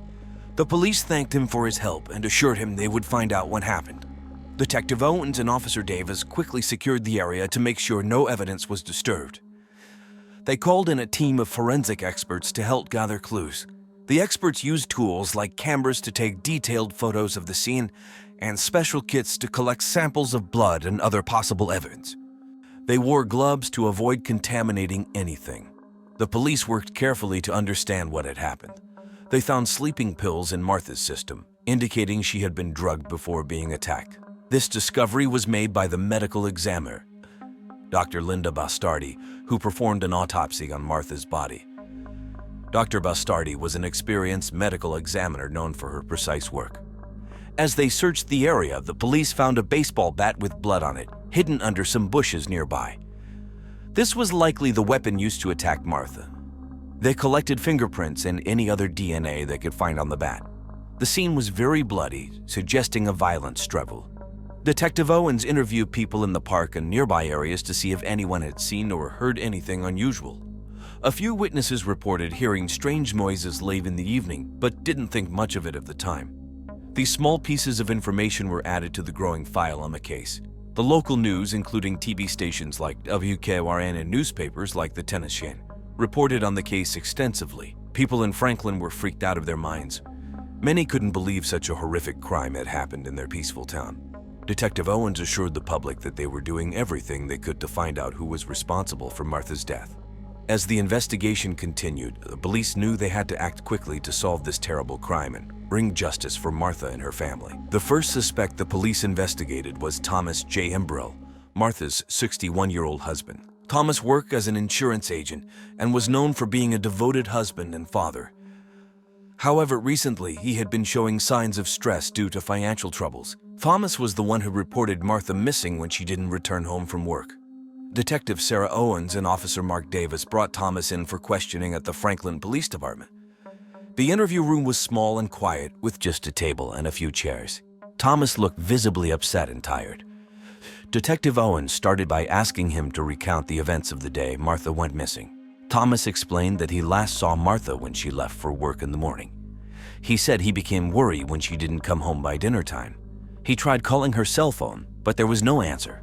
He called some of her friends and coworkers, but no one had seen her. Finally, he called the police early the next morning. The police asked Thomas about their financial situation, noting the recent stress he had been under. Thomas admitted they were having money problems, but he insisted he would never hurt Martha. He spoke about their plans for a family vacation to Disney World, America's #1 destination for families, and how they were looking forward to spending time together. Thomas's emotional state was evident throughout the interrogation.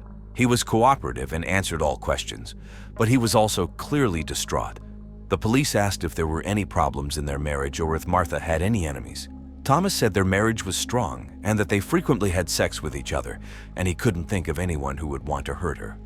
The police also searched Thomas' office and car for any signs of involvement in Martha's death. They didn't find anything suspicious. His coworkers described him as a hardworking and honest man, but they had noticed he seemed more stressed than usual lately.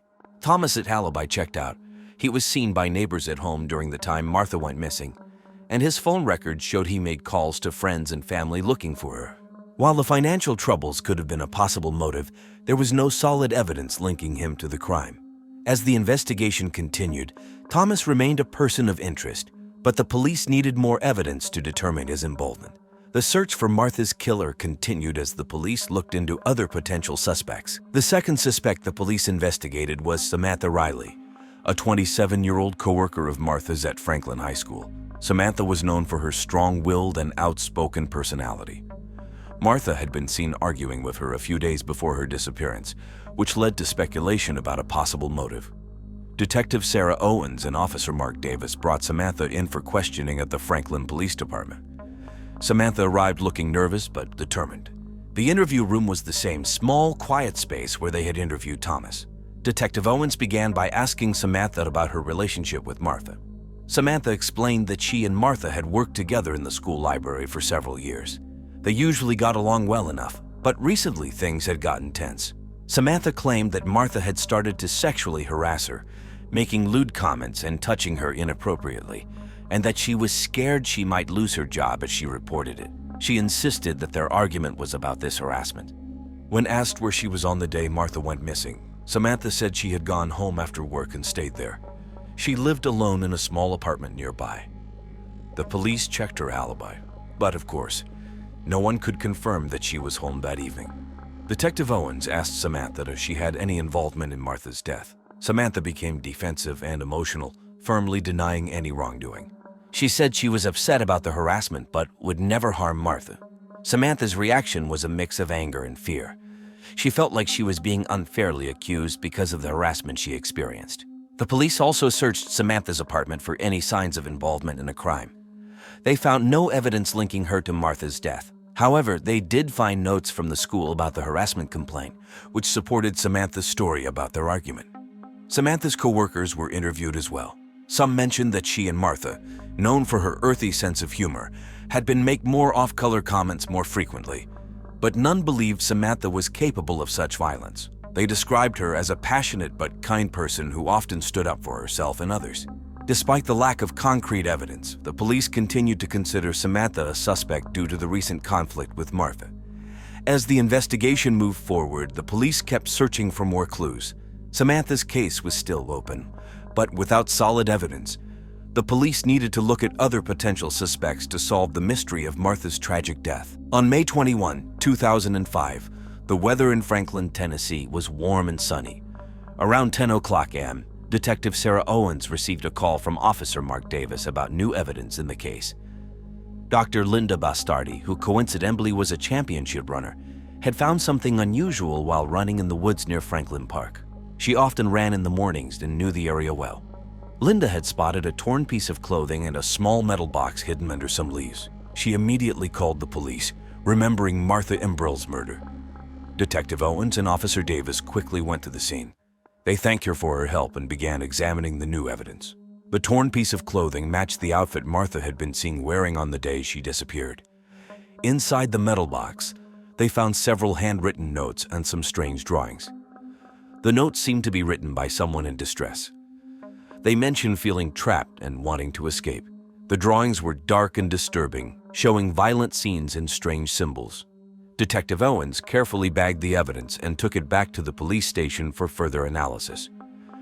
They brought in a handwriting expert to compare the notes with samples of writing from people close to the case. The expert concluded that the notes were written by Jace Imbrell, Martha's 17-year-old son. This discovery was significant. Jace had been struggling with severe psychological issues, often experiencing intense hallucinations and delusions caused by his addiction to marijuana. Martha had discovered his obsession with cannibalism and had been trying to get Jace the help he desperately needed, but had faced resistance from insurance companies and healthcare providers. The police decided it was time to question Jace again, this time more thoroughly. The third suspect the police investigated was Jace Imbrell, Martha's 17-year-old son. Jace was a high school student at Franklin High School where his mother worked. His behavior had recently become more erratic, and his family knew he often experienced intense hallucinations and delusions, worsened by his constant pot smoking. Detective Sarah Owens and Officer Mark Davis brought Jace in for questioning at the Franklin Police Department. The interview room was the same small, quiet space used before. Jace appeared anxious and confused, fidgeting in his chair. Detective Owens started by asking Jace about his relationship with his mother. Jace described Martha as a loving and caring mother who always tried to help him. He said she was the only person who understood him and was always there for him. However, he also mentioned feeling a lot of pressure and stress from trying to meet her expectations and his own mental health struggles. When asked about the day his mother went missing, Jace's answers were scattered and inconsistent. He mentioned spending the day at home smoking marijuana and playing video games.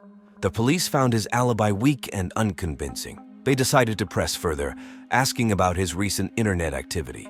Jace admitted to being part of an online community that discussed cannibalism and other dark topics. He said he was drawn to these discussions because they made him feel understood and provided a sense of belonging. Jace's behavior during the interrogation was erratic.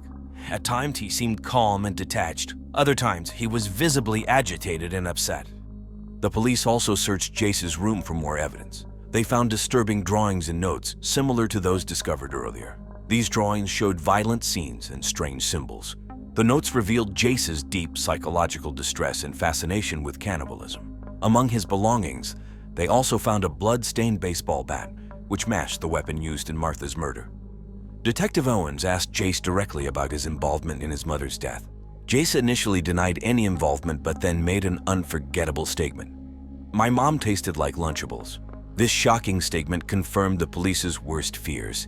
Jace had not only killed his mother but had also cannibalized her body, believing it would give him her strength and wisdom. With this confession, the police had enough evidence to charge Jace with the murder of his mother, Martha Imbrell. The investigation now turned towards ensuring justice was served for Martha and her grieving family. On May 23, 2005, the weather in Franklin, Tennessee was overcast with a light drizzle. But police were now certain that Jace Imbrell, Martha's 17-year-old son, was responsible for her murder.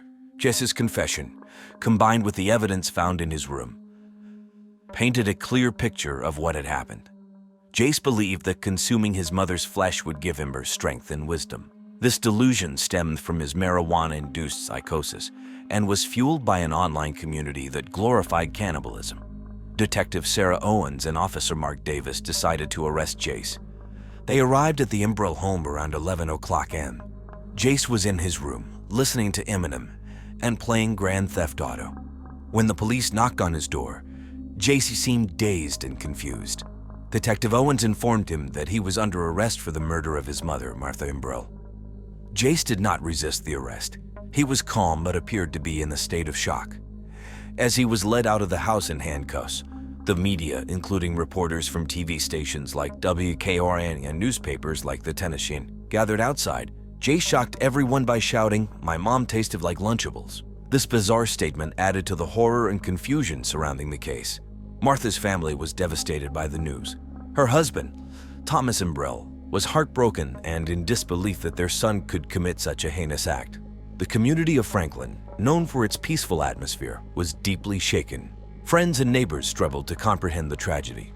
With Jace in custody, the police continued to gather evidence to ensure a strong case for the upcoming trial.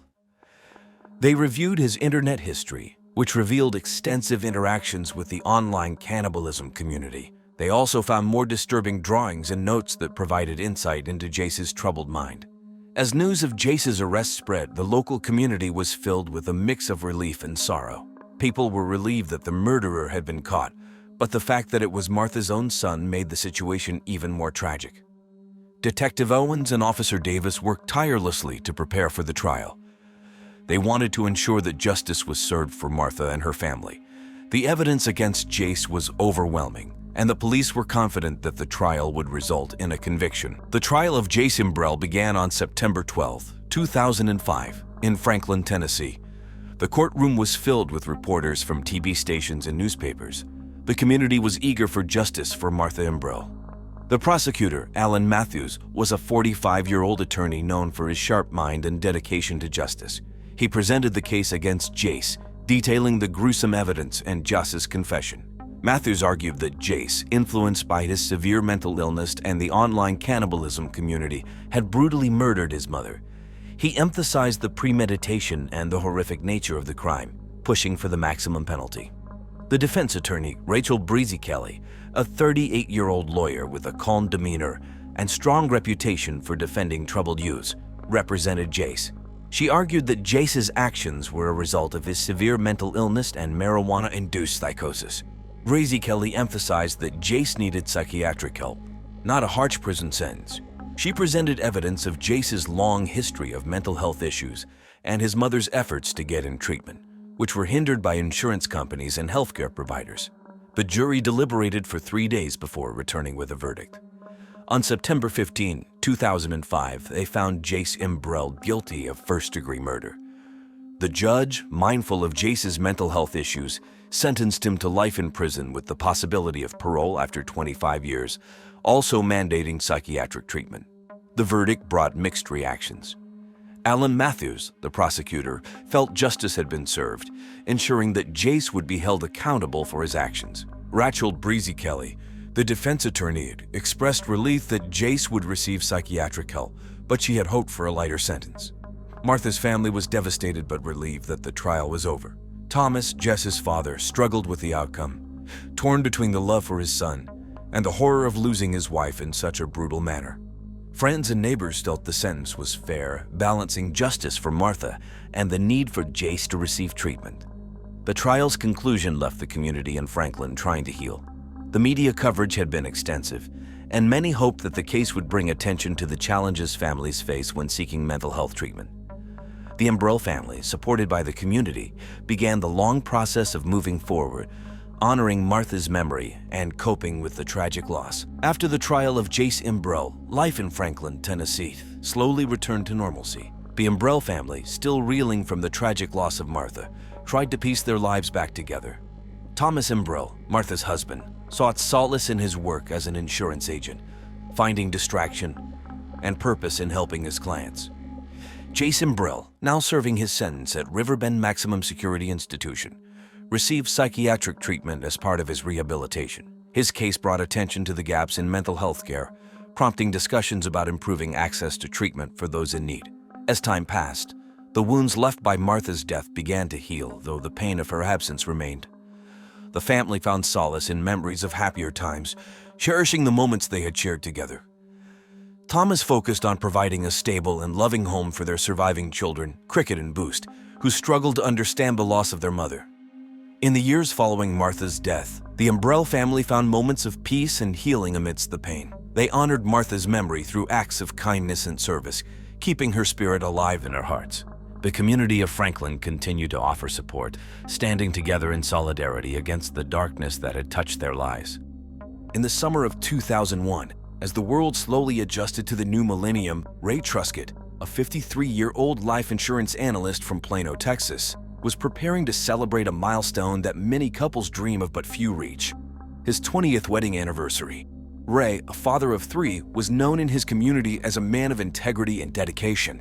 He had built a stable career at New Life Financial, a reputable firm known for its competitive edge in the bustling Dallas-Fort Worth metroplex. A graduate of the University of Texas at Austin, Ray had climbed the ranks through sheer determination and a knack for numbers. His colleagues often described him as the first to arrive and the last to leave the office, a testament to his work ethic. Ray's life at home was no less exemplary.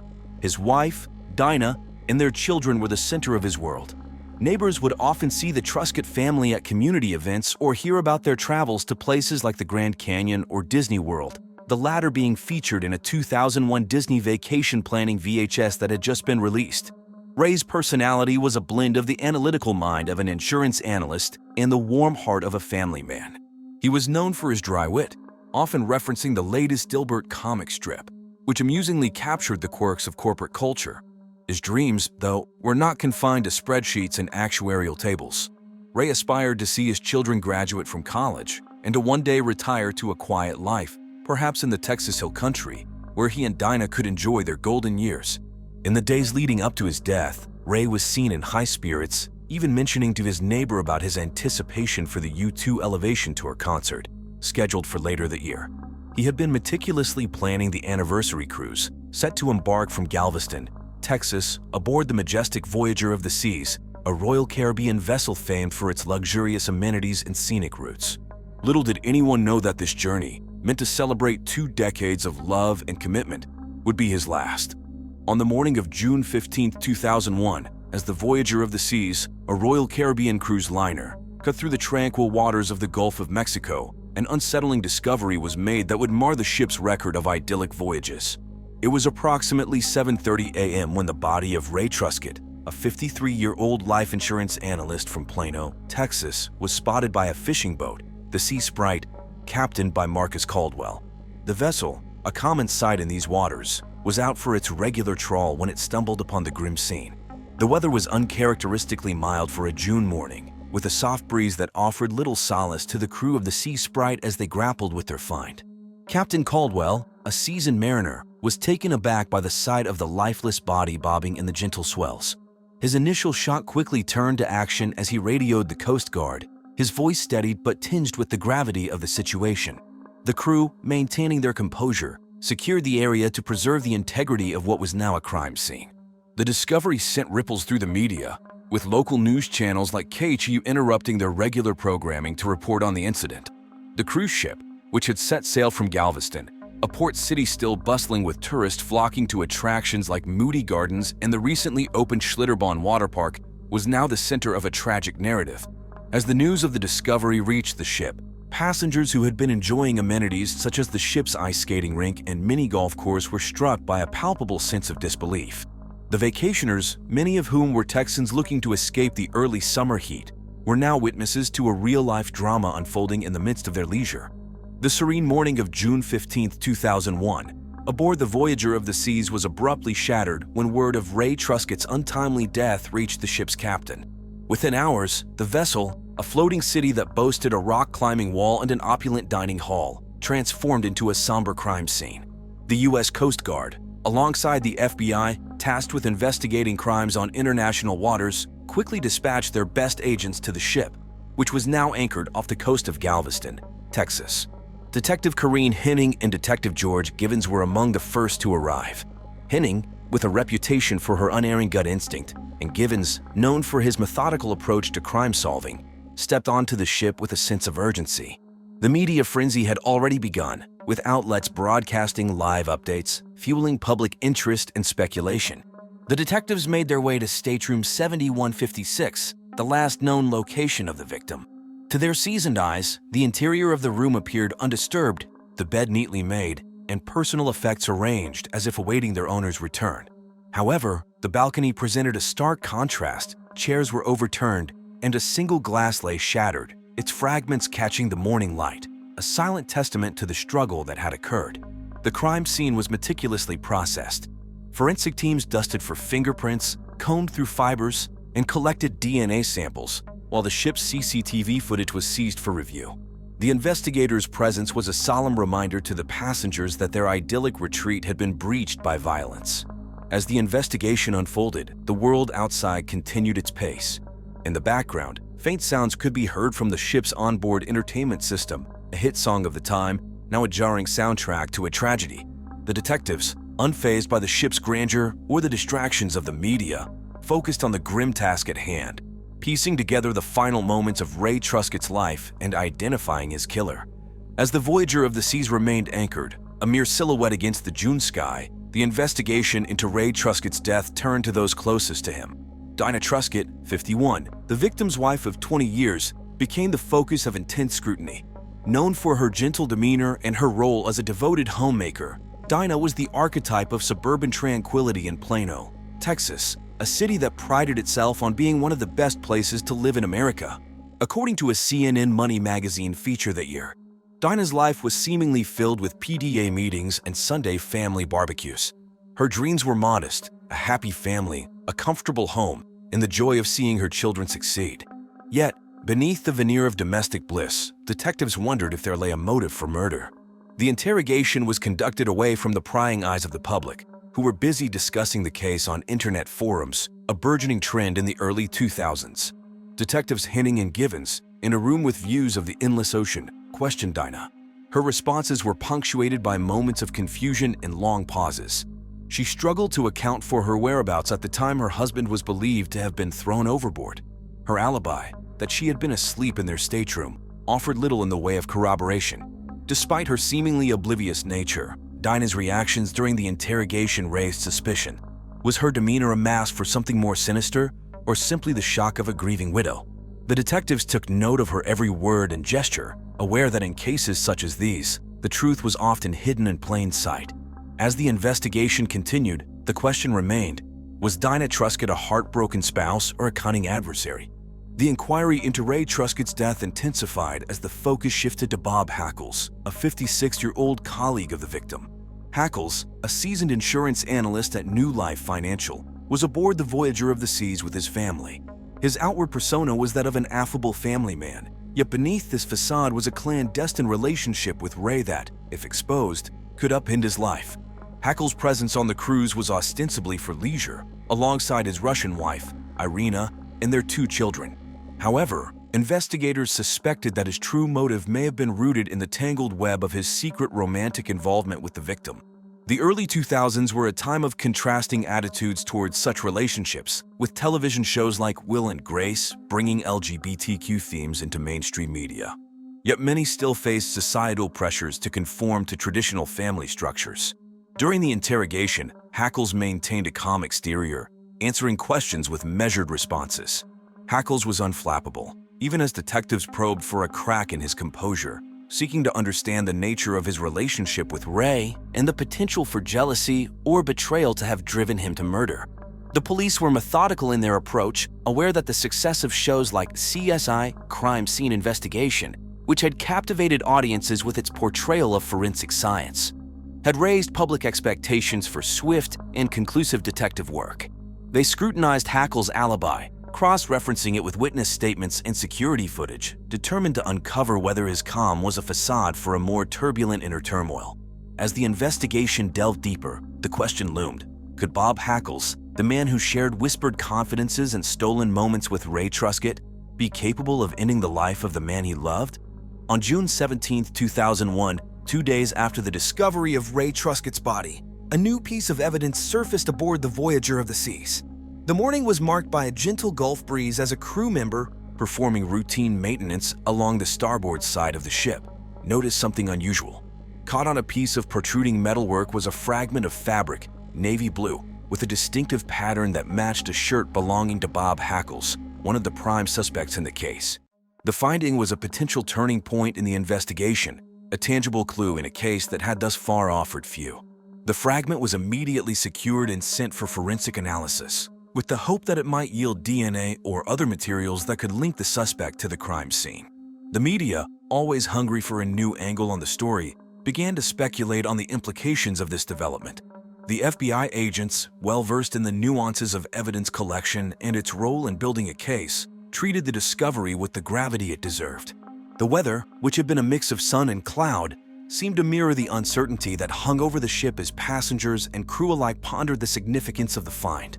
As the news of the fabric fragment reached the mainland, it became a topic of discussion on news programs, where anchors dissected the latest developments with legal experts. The cruise ship, once a symbol of escape and relaxation, had become the backdrop for a narrative that was as gripping as any summer blockbuster, with the added weight of real-world consequence. The investigators, for their part, continued their meticulous work, aware that in the world of criminal justice, unlike the instant gratification of winning a game of Who Wants to Be a Millionaire, patience and thoroughness were the keys to uncovering the truth. The investigation's next chapter unfolded as attention turned to Carl Bauhines, a 49-year-old librarian from Largo, Florida, whose connection to Ray Truscott added another layer of complexity to the case. Carl, a seemingly unassuming man, was revealed to have been entwined in a secret romantic liaison with Ray, a fact unknown to both Dinah Truscott and Bob Hackles, the other suspects in this unfolding drama. On board the Voyager of the Seas, Carl's demeanor stood in contrast to the ship's vibrant atmosphere, which typically buzzed with the excitement of vacationing families and couples. His quiet, introspective nature belied the depth of his involvement with Ray, and as the FBI delved into his background, they uncovered a man who dreamed of a life less ordinary. Yearning for acceptance in a world that was just beginning to embrace diversity in love and relationships. In the interview room, Carl's emotions were palpable. He vacillated between anger and profound sadness, his dreams of a future with Ray now irreparably shattered. For Carl, there was no escape from the harsh glare of suspicion that now shone upon him. His responses to the FBI's probing questions were tinged with desperation as he struggled to reconcile his clandestine relationship with the brutal end it had met.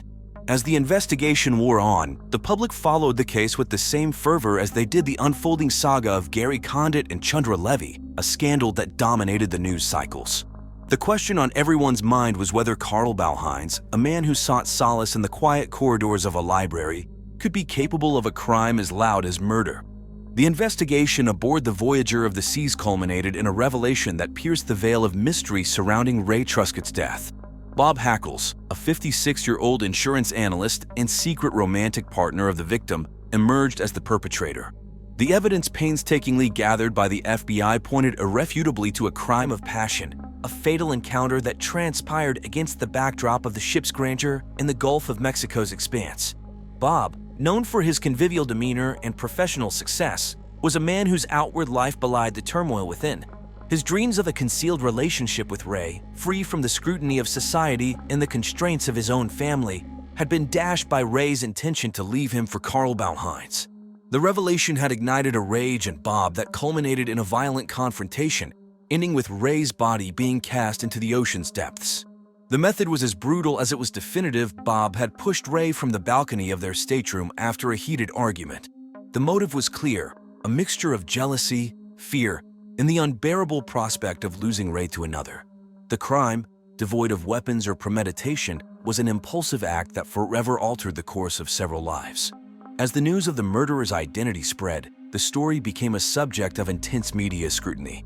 Outlets like the Washington Post and the Wall Street Journal typically focused on the economic downturn and the recently introduced tax cuts by President George W. Bush, now found space on their front pages for the sordid details of the case. Bob Hackles, once a respected member of his professional community, now faced the stark reality of his actions. His life, once interwoven with the fabric of Ray's, had unraveled in a moment of uncontrolled fury. The question of why a man would commit such an act hung heavily in the air, a reminder of the fragile nature of the human psyche. The climactic turn in the investigation aboard the Voyager of the Seas came on the morning of June 20, 2001. The skies above Galveston, Texas, were overcast, a somber reflection of the proceedings on the ship below. Bob Hackles, a 56-year-old insurance analyst and the man now known to have ended Ray Truscott's life, was taken into custody.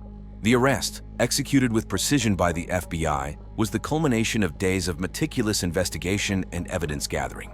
Hackles, who had maintained a veneer of composure throughout the interrogation process, met his fate with a quiet resignation. There was no dramatic outburst or plea for innocence. Instead, he seemed to have accepted the reality of his situation, perhaps aware that the weight of the evidence against him left little room for denial. The news of the arrest spread rapidly, with networks breaking into their regular programming to report the latest development.